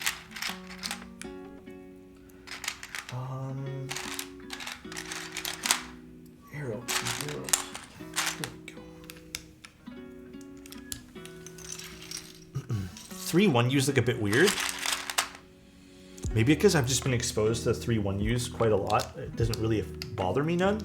I've seen this layout a whole bunch of times, so I don't personally think anything of it. But it's all preference. All preference. Why do I feel like I'm missing keycaps? What the hell? Here's the J. Here's V. Oh, never mind. Maybe they're just all upside down. All right over here. They're using the wrong spot. H. CAD Lab. Oh my god. What's going on, dude? Thanks for the raid. Appreciate you. Did I miss something earlier too? I feel like I've missed a few things today. We've had such good discussions today that I feel like I've missed some stuff. Swan rated too. Swan, I don't think I said thank you. Thank you, Swan. Carlos, thank you for the follow earlier. Jishi wanted me to hydrate. I'm being a bad streamer today. Paradox, thank you so much for the resub. Waphoke, thank you so much for the resub. Chaser, I gave you your compliment. Johnny, thank you so much for the follow. Thank you guys.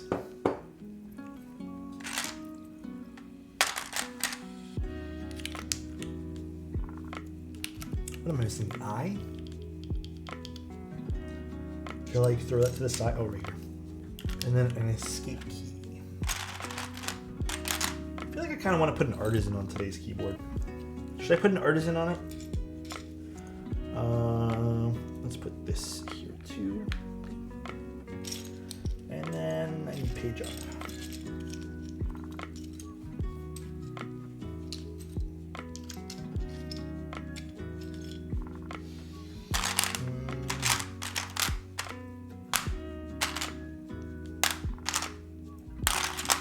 Where's page up? Oh, here it is. What you got going on for Alex? Oh, for the day? For the day, honestly, after stream today, I think I am probably going to run some errands. Nothing too absolutely crazy, but I think that's really it. What about you guys? What do you guys have planned for the rest of the day? Like I said, I don't have anything like extremely out there for what I'm doing. Let's throw this guy on. We'll show you something different.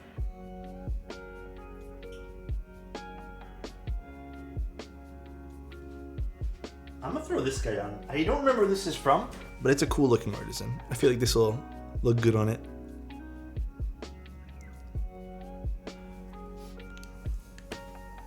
Yeah, it's pretty cool. I'm gonna tune the stab up a little bit because I felt like it wasn't good enough there.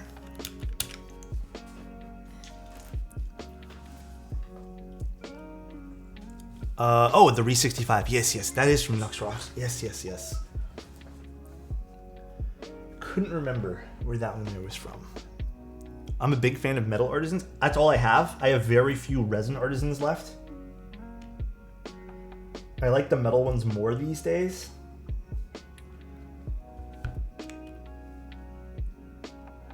I'm going super light with extra lube, by the way. When's the last time you picked up an artisan? I picked up a bunch from Jelly Key not too long ago. I feel like it was pretty recently, but I don't know, man. All right, let's take a look at this board. So we're using some TTC switches. Maybe I'll swap out the spacebar if I don't like the way these sound on the spacebar to a cream soda or something. We're using some aluminum plate. We are using that mid plate foam. It's a normal 1.6 millimeter PCB with some flex cuts. This keyboard does have a knob on it. Satisfying. It's also a magnetic case to this as well. They're revising the way that the magnets, or did I say metal? It's a magnetic enclosure. They're revising the way the magnets work though. So the keyboard was supposed to go up for sale 2 days ago, 3 days ago, something like that, but they are looking into it. Overall, the board aesthetic is pretty nice. My two only small issues with the board, other than the magnets, which we've already discussed, this would have been nice as a magnet instead of an adhesive. I don't necessarily agree with the adhesive, but again, this is not like make or break for this board. And I would have liked to see a normal proprietary or non-proprietary rather daughter boards, so something more universal. Aesthetic wise though, the bezels, if you like a little bit of that medium thickness to your bezels, this is probably up your alley. The bottom looks really good. It does have a brushed weight, which personal preference. I don't love brushed, but maybe you do. Side profile's pretty nice. Standard box on wedge, just a little bit of detailing here and here. So pretty standard fare there. But I think the bottom really looks great with that big kind of gradient over here of the way the light hits it. But, oh, the gaskets were also an interesting implementation too. I really liked the way the gaskets looked. You can kind of also feel that it's not quite firm, but definitely has a little bit of give to this, which is kind of nice. And you can kind of customize how you want those gaskets too. Pretty nice. But let's see what this sounds like. Little HJ test. Oh, why is my camera all the way over here?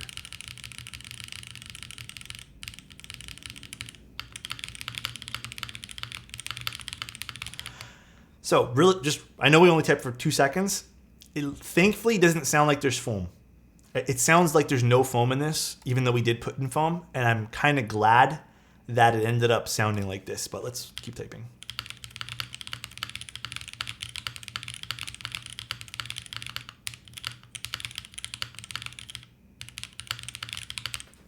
I'll plug it in actually. I want to actually type on this.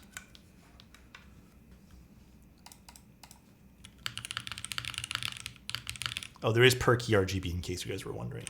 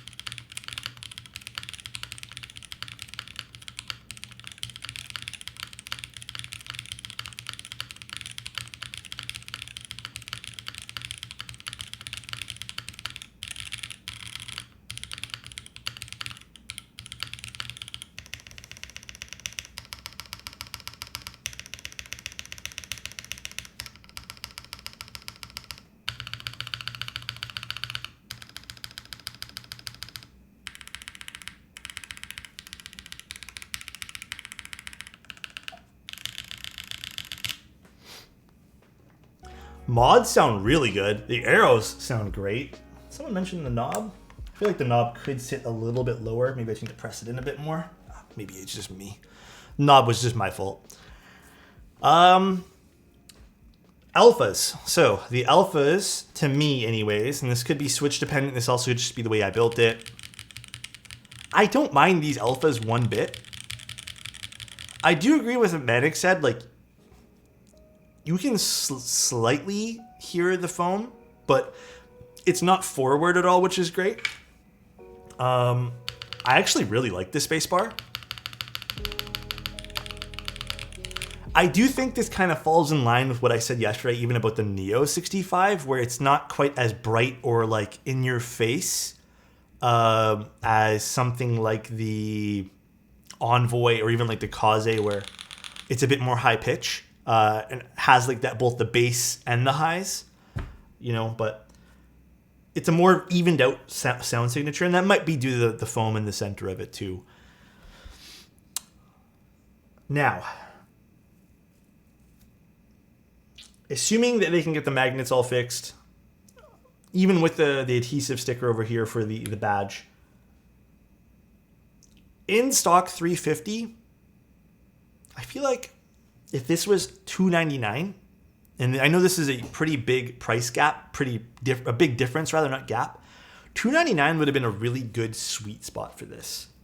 And I don't know if it's just an overhead design for being like their keyboard, or maybe some R&D that went into this, or whatever it was. I think $299, even if maybe $320 would have been like a better price point for this. It's not outrageous at $350 though. I wouldn't say this is completely outrageous. So I actually want to touch on that. I think like just buy a Cycle 7. So I don't love like that argument of just buy this instead. I know a lot of content creators, I know a lot of like people will just give like the just buy this instead. I mean, my thing is, if they've already been exposed to the Cycle 7 and they didn't want it, then like, why should they just go buy it instead? You know, it's not really a fair comparison to make in like a world of like custom keyboards that are supposed to speak to you design wise. It's not all about like value per thing that you pick up, you know, totally different board. So like if I wanted a 65 and I didn't like the Cycle 7 just because it's layout, then like, why would I want the Cycle 7 just for the value or perceived value it might have, right? I don't know. I just don't love that whole like sentiment of like, just buy this instead. Just buy what you want. Like buy the thing that speaks to you, you know? Now, in terms of like what I think of this board, I don't think it's terrible board at all. I think it's really cool what they did with the magnets. I'd like to see that cleaned up and fixed. If you like the design aesthetic of the board, then, you know, maybe this speaks to you. Me personally, I like thinner bezels on my boards. This is, I think, a little thicker than the Envoy in terms of bezels. Yeah, it's a little thicker. I'm looking at it right now. A little thicker than the Envoy. So, and again, some people might really, really like that about their boards. I love the fact that this has that magnetic enclosure. Actually, I have to remove this guy here. So if you really want to get in here quick to change out some stuff, no tools, like that. Again, once this gets fixed, it's cool. I think that's an awesome idea to have magnets. Now, it's up to you guys about how the way things sound. We could try different switches eventually with this board too, but overall, I don't think this is terrible. I do agree. I would like to see this maybe $30 to $40 to $50 cheaper, but it's also in stock. And it's doing something that someone else hasn't really done yet, which is magnets. And I really hope they nail this with the magnets too. So there you go. That's kind of my thoughts on this. Still, would love to see, I think my biggest point here is love to see this be a magnet. But that's really it. Now, I did want to take a look at one other thing on another board, just really quickly, being the Cupid, if you guys are interested in something. Even just a screw-in logo. But I think a magnet would fit with the whole entire theme of being a magnetic keyboard. But overall, for Ordinary Labs' first keyboard, I think they nailed it on a lot of things. Just some finessing, some finalizing of some decisions.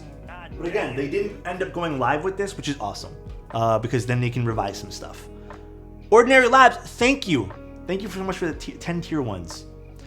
Yeah, it's their first board. Again, I'm glad. Here's my thing, right? And this sounds mean. I'm glad they didn't go live with this right away. If they did, it wouldn't have been a good release the way that it is right now, because people would have had problems with the case enclosure.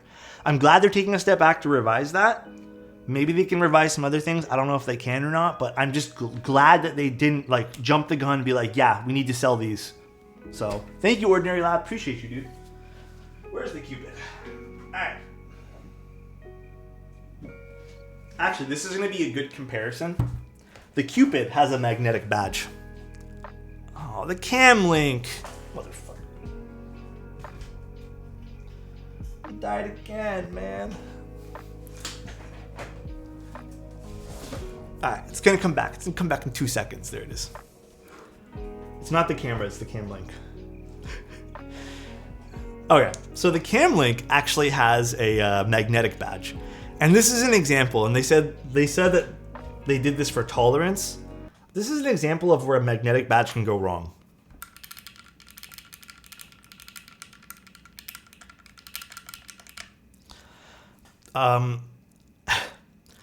They said that this is for tolerance so people can get it in and out. I think the solution here isn't so people have to do this and pry it out like this and possibly scratch their board.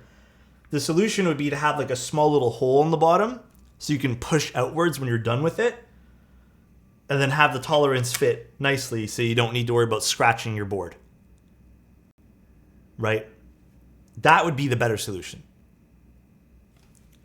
But they ended up going this way here. I think they mentioned that they would try to work something with the Cupid here, but I don't think they will. But they actually told me that they did this, not me, because this came like this. These are on the wrong sides. So we're going to open this up and fix this. Because apparently these are all on the wrong sides. How do you open this again? Is it the bottom feed over here? Yeah. Do you have any experience with B stock unicorns? No. I mean, who is it? Someone selling it, or is it sold by Singa? I have no idea in that case. Quick sound test of the Diamond Avalon switches.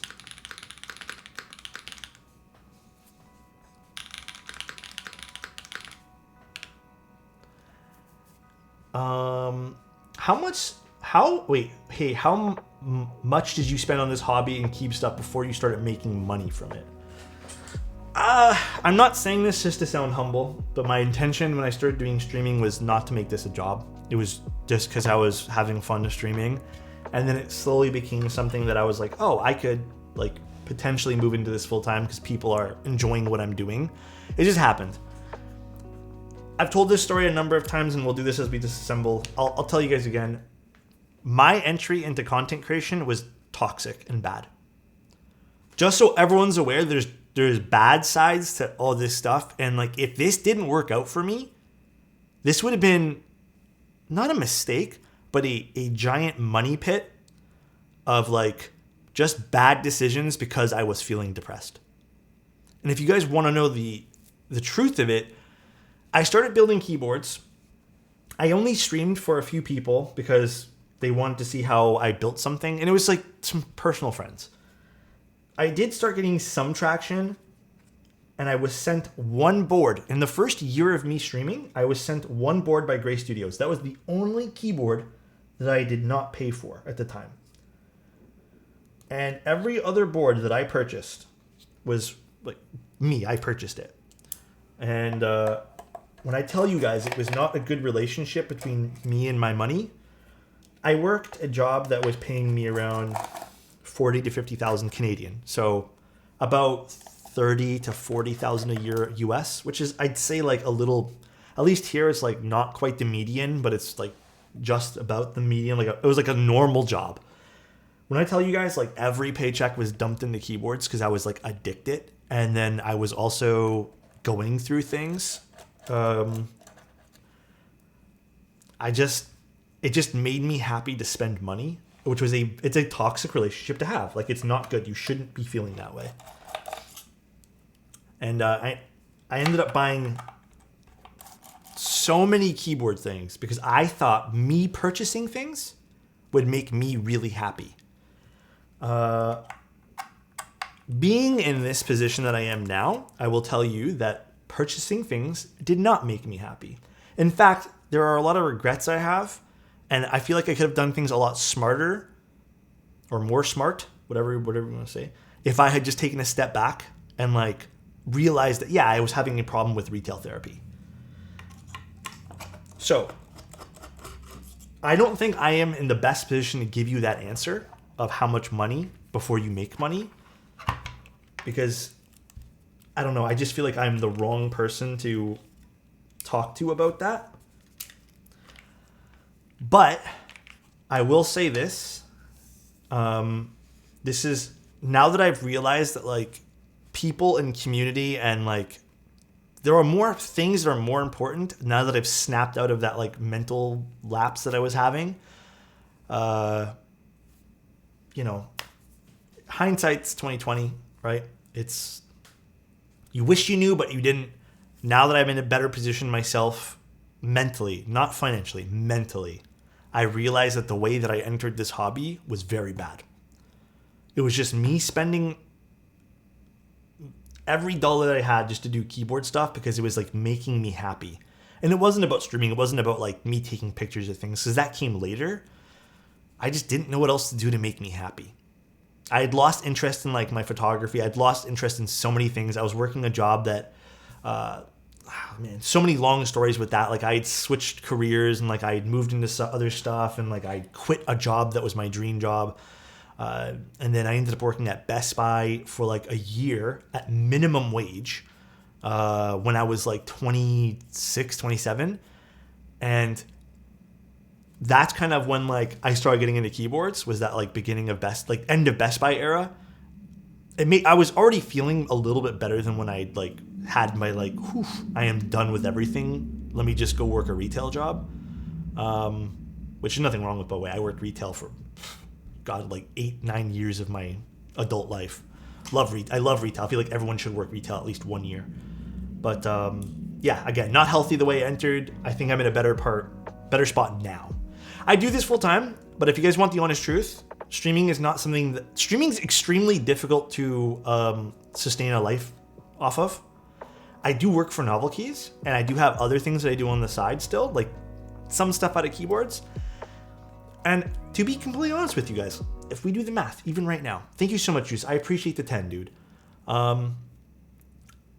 Let's just say, even if you had 1,000 subs a month, all right?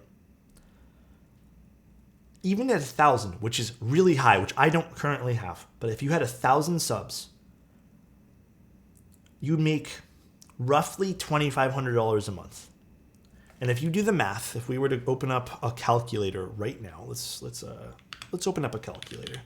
If you do the math, and 1,000's a lot for a lot of people, man. Like 1,000's like, that's a tough one. You would make $30,000 a year before taxes, which even if you convert that into Canadian, which just say is 30% times 1.13, it's a little bit above minimum wage here in Toronto.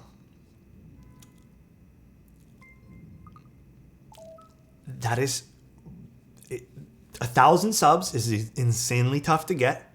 Like you'd be in the top 0.1% of streamers even at 1,000. That's why I say like streaming is not a career. It's very, very tough. And I don't mean to dissuade anyone from doing it, but you need to think outside the box when it comes to doing content creation and realize that it's not like me streaming is not like, it's not a source of income. It's not like the biggest source. It's a sponsorship, yes. And you have to make sure you get that, right? 30,000 in my country's entering. Yeah, it depends on where you live too. I'm just talking about what I know here, which is in North America and Canada. But it's crazy. It's extremely tough. And then you also have to think about other things too, right? Like people don't think about this part. And again, I'm not trying to dissuade anyone from streaming. People don't realize if you stream even once a day, which I feel like is pretty normal for a lot of the bigger streamers, you guys might not think this right now, but having to be social, having to want to be in a good mood every fucking day. OP reflection, don't look at this. You know how hard that is? And even from what I do, which is like 4 days a week, 5 days a week, being social takes, like if you don't already have a big social battery, dude, you're not gonna like it. It will drain the life out of you, dude. It is tough. So you have to be a little bit aware that just streaming is, I would say, nearly impossible to make a good living off of in North America anyways. You have to look outside the box for other jobs. But the way I view things, and maybe this is a good way, this is not I don't really rely on like, I rely on like companies to help pay the bills, I guess, if you want to say. Like I've never been a big believer in like me pushing you guys for subs. I don't think that's like something we want. For subathons and stuff, sure, because it helps me out, because like, dude, the last subathon we had, there was 2 people. Actually, there was only 4 people that lived in North America for the last subathon. And it cost quite a bit, but anyways, what I'm saying is, to get back to the core conversation, I can't answer that question. I can just give you what I've done to this point, because I feel like I entered in a not good way.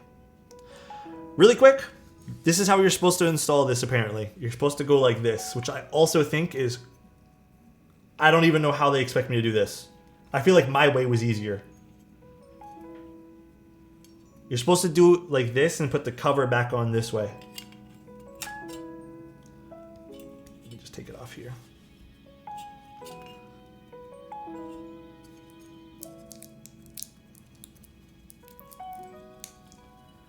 I don't like this way at all. This is actually really weird.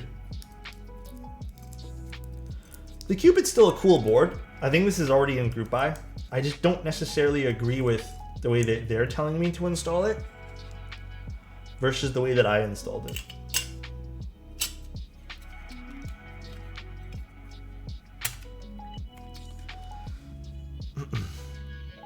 Streaming music freelance is highly luck and talent dependent. You should start it off as a hobby until you go somewhere. Here's what I will say though, for anyone who's like genuinely interested in streaming and stuff, do it because you like it. Start off by doing it as like a little hobby after your work day. I've given this advice to a lot of people. I didn't actually quit my job until like what? I didn't quit, I got fired, but like a year ago, they let me go because of business being slow. And they still kept me on because like they needed me to do the website stuff for them. This is my full-time job. I do streaming and I do some other stuff for Novel Keys, and then I do client boards and all that. So it's a cool, well put. I mean, I think this is the weakest part about this Cupid board. I like the Heracles a little bit better, but it is what it is, I suppose. Man, I don't like this one bit. I feel like this is gonna fall, and I don't like it.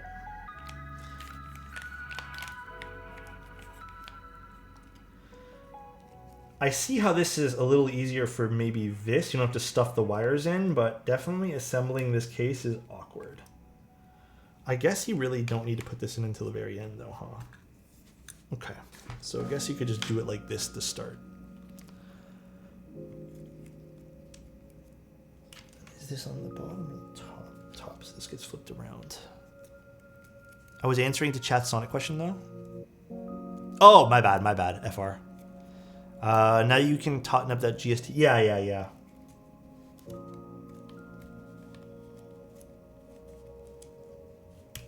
Let me twist the cable around a little bit here. I tried to stream for a bit and it was very time consuming, energy draining. Props to you. Yeah, like I said, it's not for everyone.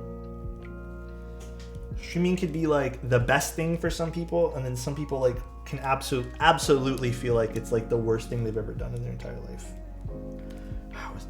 I feel like this cable needs to be like a hair longer for this. Let's do it like this, actually.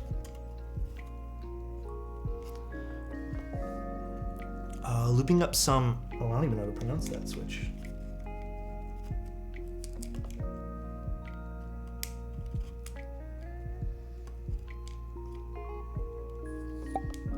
So nice. 1 year and 12 Alexots-S. Thank you, Meg. I appreciate you.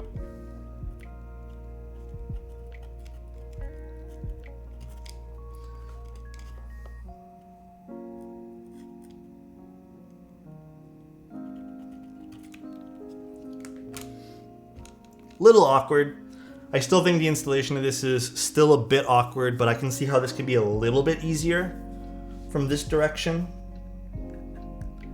Cable should be like, what, 2 centimeters longer in my opinion.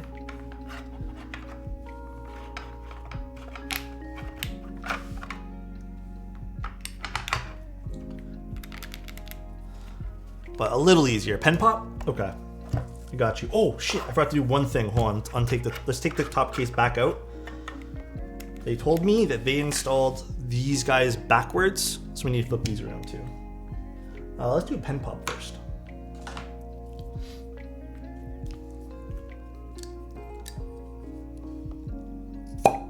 Ooh, that was pretty clean. Glow in the dark? Man, glow-in-the-dark switches are so cool, but like realistically, are you ever gonna look at the switch, you know? I still think they're so cool though. I still highly appreciate glow-in-the-dark switches.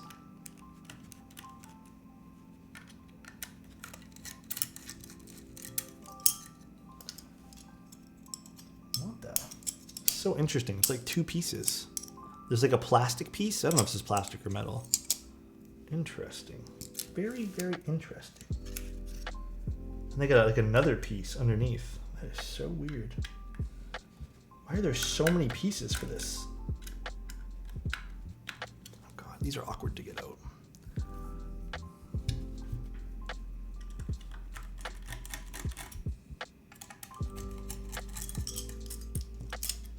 So now this one goes on this side and this one goes on this side.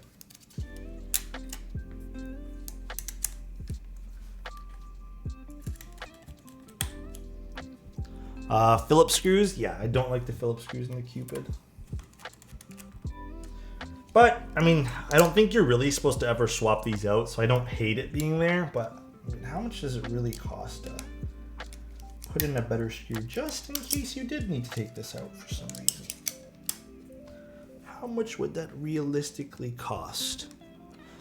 I got them for a PC board. Don't care about glow in the dark. Oh, that would be sweet for a PC board. Do you find you can see the glow in the dark though for the PC?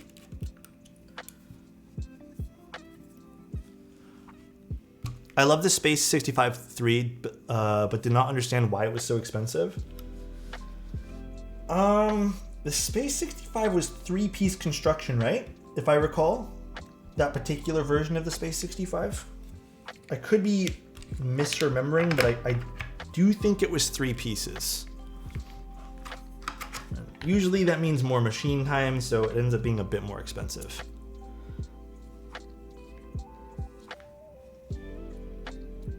So you're paying really because it's a designer board plus 3 pieces. You might not think much of it, but it just ends up having to be machined longer. I still think the Space 65 is a very cool looking board. I've always had a soft spot for Gray Studios stuff. Did not like the sound of the Space 65. Yeah, so the other thing about Gray Studios, which they're slowly swapping off of now, and you can see in a lot of more of their latest boards, they were doing flex cuts for a little bit. They kind of gave into the trends, and now they've started to slowly swap it off. But I feel like Space 65 was like an OG kind of foamy sounding board before Owl Labs really like pushed the envelope with the foamy sounding stuff. Benefits of 3-piece. I mean, you can usually do a little bit more, make the internals more clean, like if that stuff really matters to you, Fluffy. But there's no inherent, like you're not, like for example, a Key Cult number 2 is 3 pieces. There's no big benefit other than some other design choices you can make by having a 3-piece. So you could do some cool things with it, but it's not like make or break, end of the world type thing. See, like I clicked something again here and I changed the RGB, but I don't know what I clicked.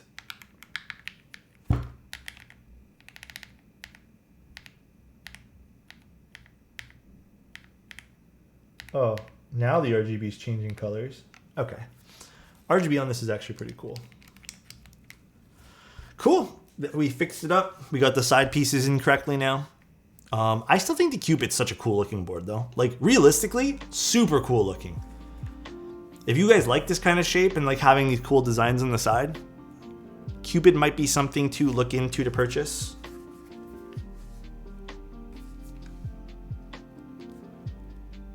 Yeah, very cool.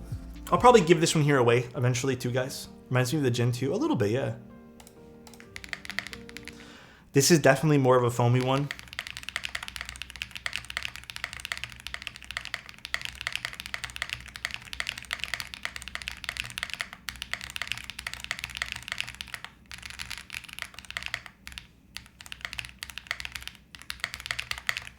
A little bit more foamy. I'm not going to give it away today because I have to take pictures and stuff and double check I don't have to send it back. But if I end up getting to keep this, I'll probably end up giving it away. But if you guys did want to consider the Cupid 65, I think that's up for group buy right now. We're up for sale. But the main thing we took a look at today was just the JST connector on that. The way that they ended up telling me to install it, I do feel like was maybe a slight bit easier, but also kind of awkward. So not my favorite way that they implemented the JST, but it is indeed a way. And then we have the one we looked at today, which again, if you guys want to consider this, give Ordinary Labs a follow.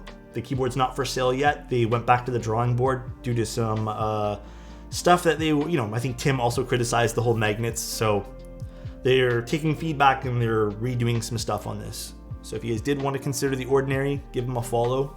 They have social media. What are your top 365s? Kohaku? Envoy? I don't know, man. No, the Snake was a 60. Does this come from... I hate doing top 3 lists. I feel like I change what I like all the time. Like, I also really like my thermal. The Susei is also in my top. Like, I use that a lot. I'm just looking back at what I use. But I don't know. It's tough. It's tough. Top 3 60s? Oh, man. Fuck, I don't know. Unicorn, Moon Tower, and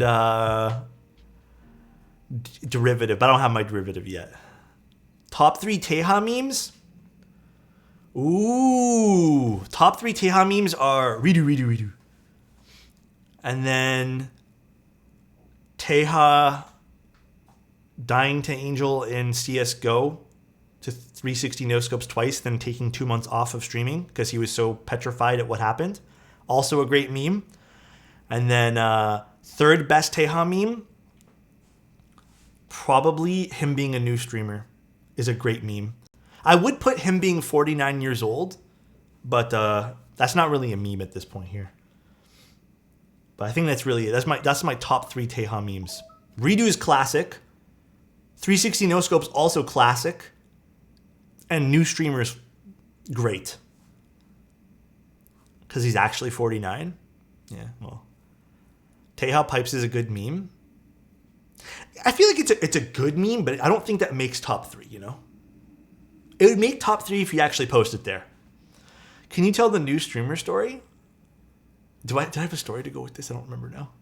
Good but not iconic? Exactly. Exactly, dude. Wait, what are your guys' top 3 Teha memes? Is there like more memes that I should be aware of?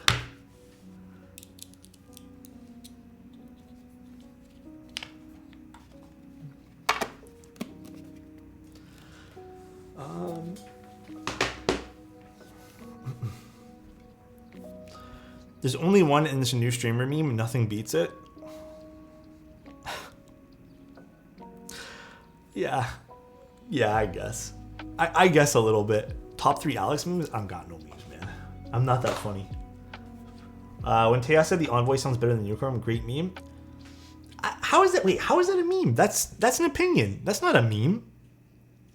If Teha wants to think that something sounds better than something that's like a cult favorite, I think that's totally fair. I don't want to joke around about that because I don't want to like blur the lines of like preference and stuff and all that. Alex, is the best meme. Is that the thing? Oh yeah, that's the thing. I see the cat. He said it sounded better. He didn't say it sounded better. It was close. Such a humble lad. This thing is bussin'. Oh god. Oh, is that when Teha did? Yeah, that was a good Teha meme. Yeah. Also, I wanted to touch on something too. So, I saw someone before. I meant to say this. Mention that 350 was like a high price point. I agree. I feel like this is kind of higher than it, what I'd like it to be. But again, here's what I don't want for this hobby, right? Please understand this. I'm not saying that I want expensive keyboards. I don't want the only thing we ever look at is like big runs of cheap budget stuff or entry level stuff or like sub $200. Don't get me wrong. I love looking at that stuff and I love breaking any sort of barrier of entry. Love that stuff. But I feel like if there's going to be a smaller designer who wants to make their own thing, and unfortunately it costs more because, like they're going to be running it and maybe vendors don't want to take care of it. I don't also want to dismiss that. Like I get that, that sometimes will cost more because of a newer vendor or like, I don't want to dismiss that. I want variety. I definitely want variety. I don't want to be dismissive and then only cover, entry level keyboards or stuff that's, and considered budget. I don't want to like succumb to that. I want fun variety of cool projects and art. No one's saying you have to buy things. No one's advocating that you need to spend lots of money in the hobby. In fact, I do the opposite. You guys know me, but I don't want to start only looking at one particular price group of keyboards because perceived best value. All right. That's it. That's all. Hoku, what's up, dude? How you doing, man? But that's pretty much my thoughts on that, all right? What's your favorite layout for the layout that you keep coming back to? 60s and 65s are probably the most common layout that I use. But I love using TKLs when I get the chance. I think if it reaches a certain price, you're not doing anything new, then you're really not adding to the hobby. You're just making a cash grab. I don't know. I feel like that's such a... Banana, I'm going to challenge... I'm just going to like play devil's advocate on this. I feel like I understand what you're saying, but I also don't necessarily agree with it because I don't want to ever stop. Like, let's just say I want to design something, right? Maybe I'm not the best designer in the world, but I still want to design something because it seems fun to me and I want to put it to like a group buy or like some private run of stuff.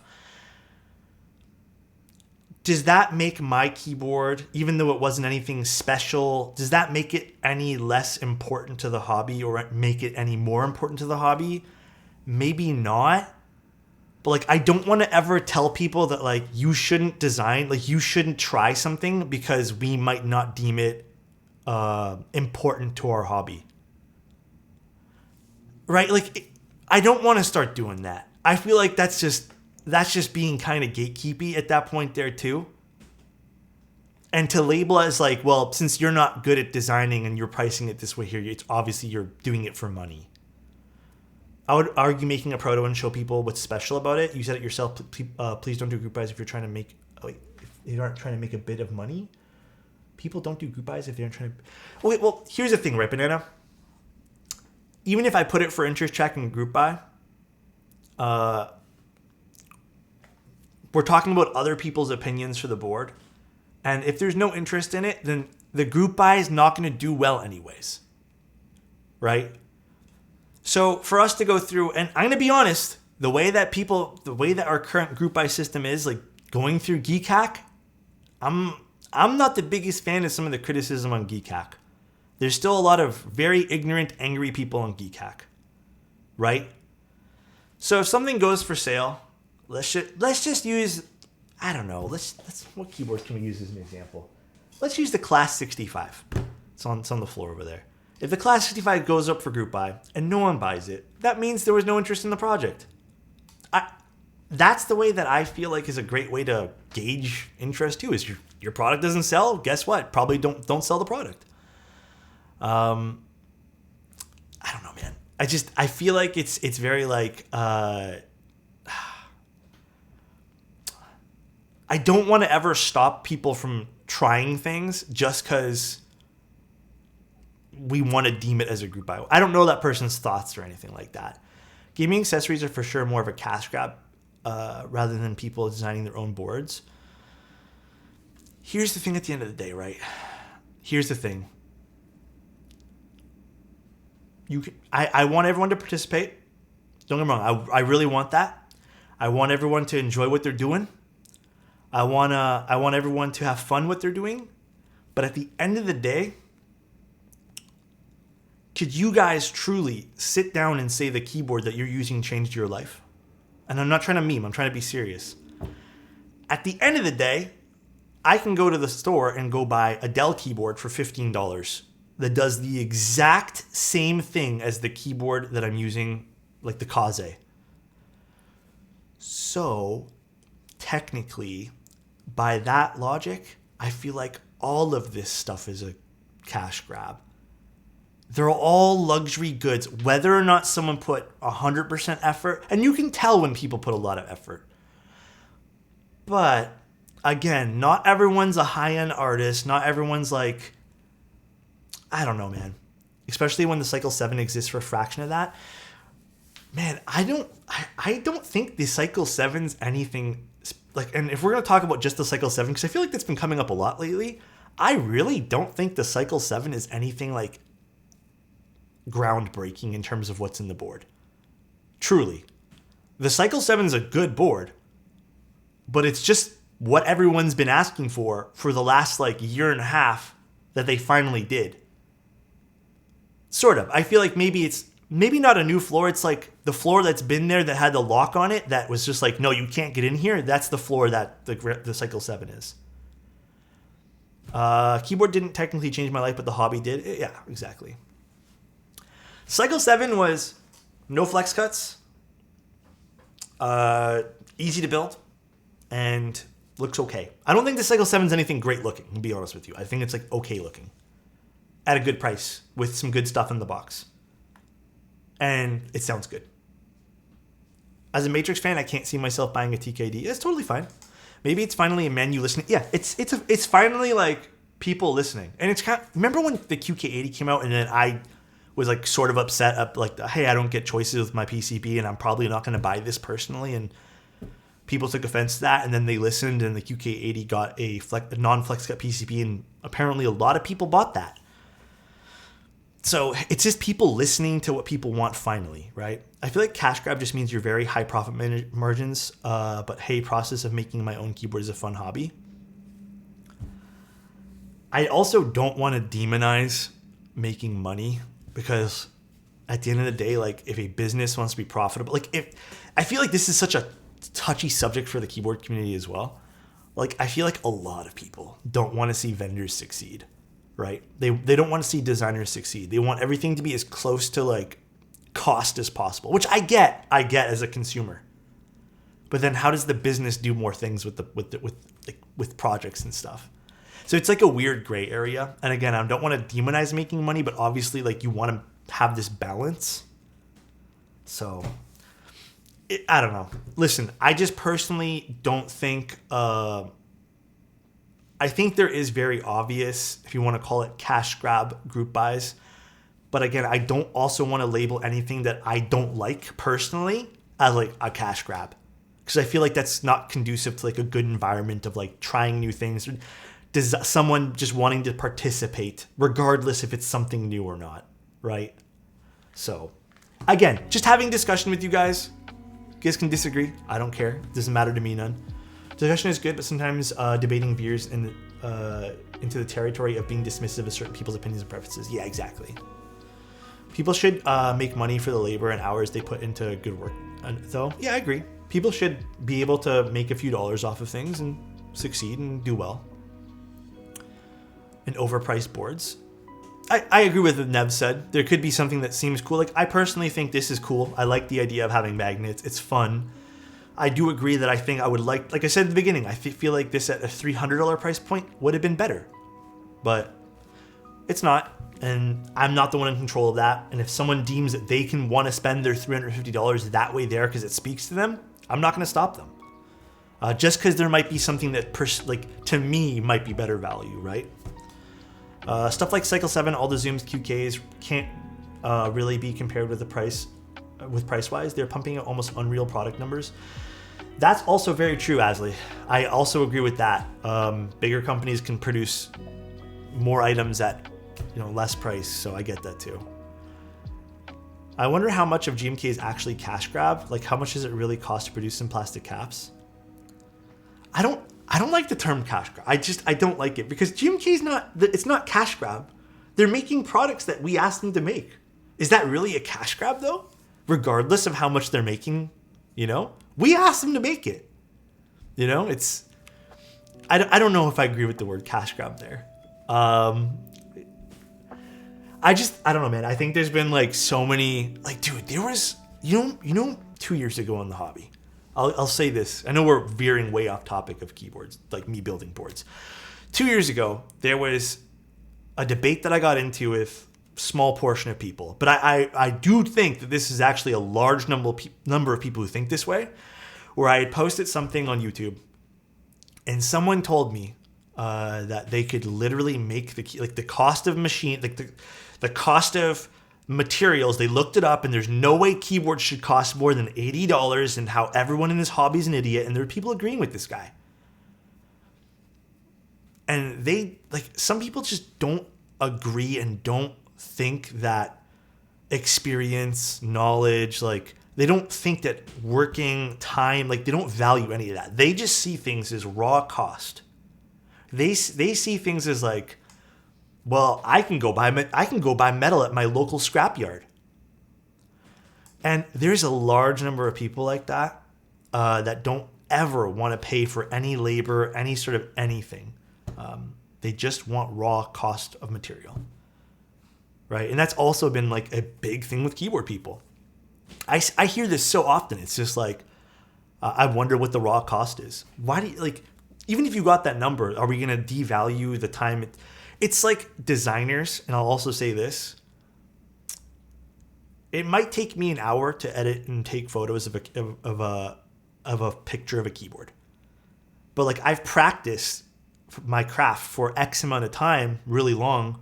So yeah, it might take me 5-10 minutes to do something, but does that mean I should charge less? And the same thing I feel like is with keyboards too. There's a lot of like things that I don't think people really like think about sometimes.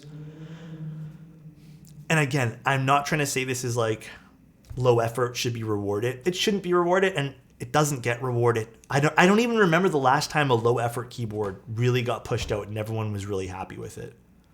Realistically, when was the last time a low effort keyboard sold out and people were like going nuts about it? I don't remember. There's always been some cool little thing about it, or maybe the Cycle 7. You think the Cycle 7 was low effort? Iron 180. I personally didn't like the Iron series. I have never purchased one, but it obviously spoke to some people at a time when there really wasn't many maybe boards in that design. And hey, if they got their own thing going, they got their own thing going. I don't truly think the Iron was like to the point of low effort where it was just a cash grab. It was expensive, but I don't think the Iron was a cash grab. You pay for experience when it comes to knowing what you do quickly. Exactly. Customers aren't paying for 15-minute photo shoots. They're paying for 10 years of experience. Exactly. Yeah, I don't think people are stupid. That's what I want to convey out of all of this. I don't think people are stupid. I think people can sniff out low effort shit and they're not going to like bother with it. Do you know how many times I get approached by low effort things? I don't even cover it, nor do I want to give it any sort of, I don't even want to entertain the idea sometimes. Like I took this project on because I like the magnets. I thought that was really fun and it's different and I haven't seen many magnet builds. It's just cool. I like it. But you can tell people aren't stupid. It's the same thing with content creation. People can sniff out disingenuous people really quickly.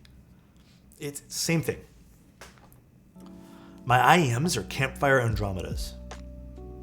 Building labor hours is the most counterintuitive thing ever. People with more experience will complete tasks so much faster. I agree with that, Tiger. You don't know how much I agree with that, man.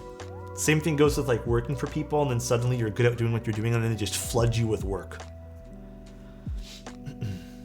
Anyways, I hope that made sense. People love ergomaniacs who want fame too. I hope that made a little bit of sense. Again, I've definitely, my opinion on a lot of stuff has been shaped over the last like few years of really doing keyboard stuff like 24/7. I also try not to look at it through a negative lens always. Maybe that's part of just who I am too. Like I try to give people the benefit of the doubt all the time. Because I don't want to come in and perceive just someone who is making their first board or anything as like, I don't know, here for evil reasons. I don't want to think of the world that way. Maybe it's just me. What's up, Luther? How you doing, man? Evilge. I don't think I have that emote. Man, oh man. Like, here's something, right? Would you guys consider the Kaze high effort?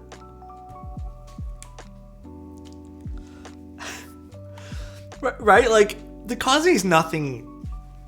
It's not high effort. It's just, it's nice looking. It's classic looking. It's not high effort. So would that Kaze be a cash grab? Like, it's just, who really knows, dude? Who really knows? I mean, they put time into it. Just another Jane plate TKL. Yeah. And you can like it. Who cares? Like, you know what? Maybe my message shouldn't be like, look into the deeper things. If you like something, you like something. All right? If you like it, even if it was low effort, who fucking cares? Realistically. Who fucking cares? Stop looking at things as cash grab. Stop looking at that kind of stuff. You're gonna like die of stress. Don't worry about it, man. Stay in your lane. Worry about what you like. If you don't like something, don't feel like you need to mission and like, have a crusade of like, I don't like this. Just like what you want to like. Other people are gonna like different things. if you can't accept that other people like different things, then man, it's going to be a tough life to live. But just enjoy that everyone's different on the world. That's it. All right.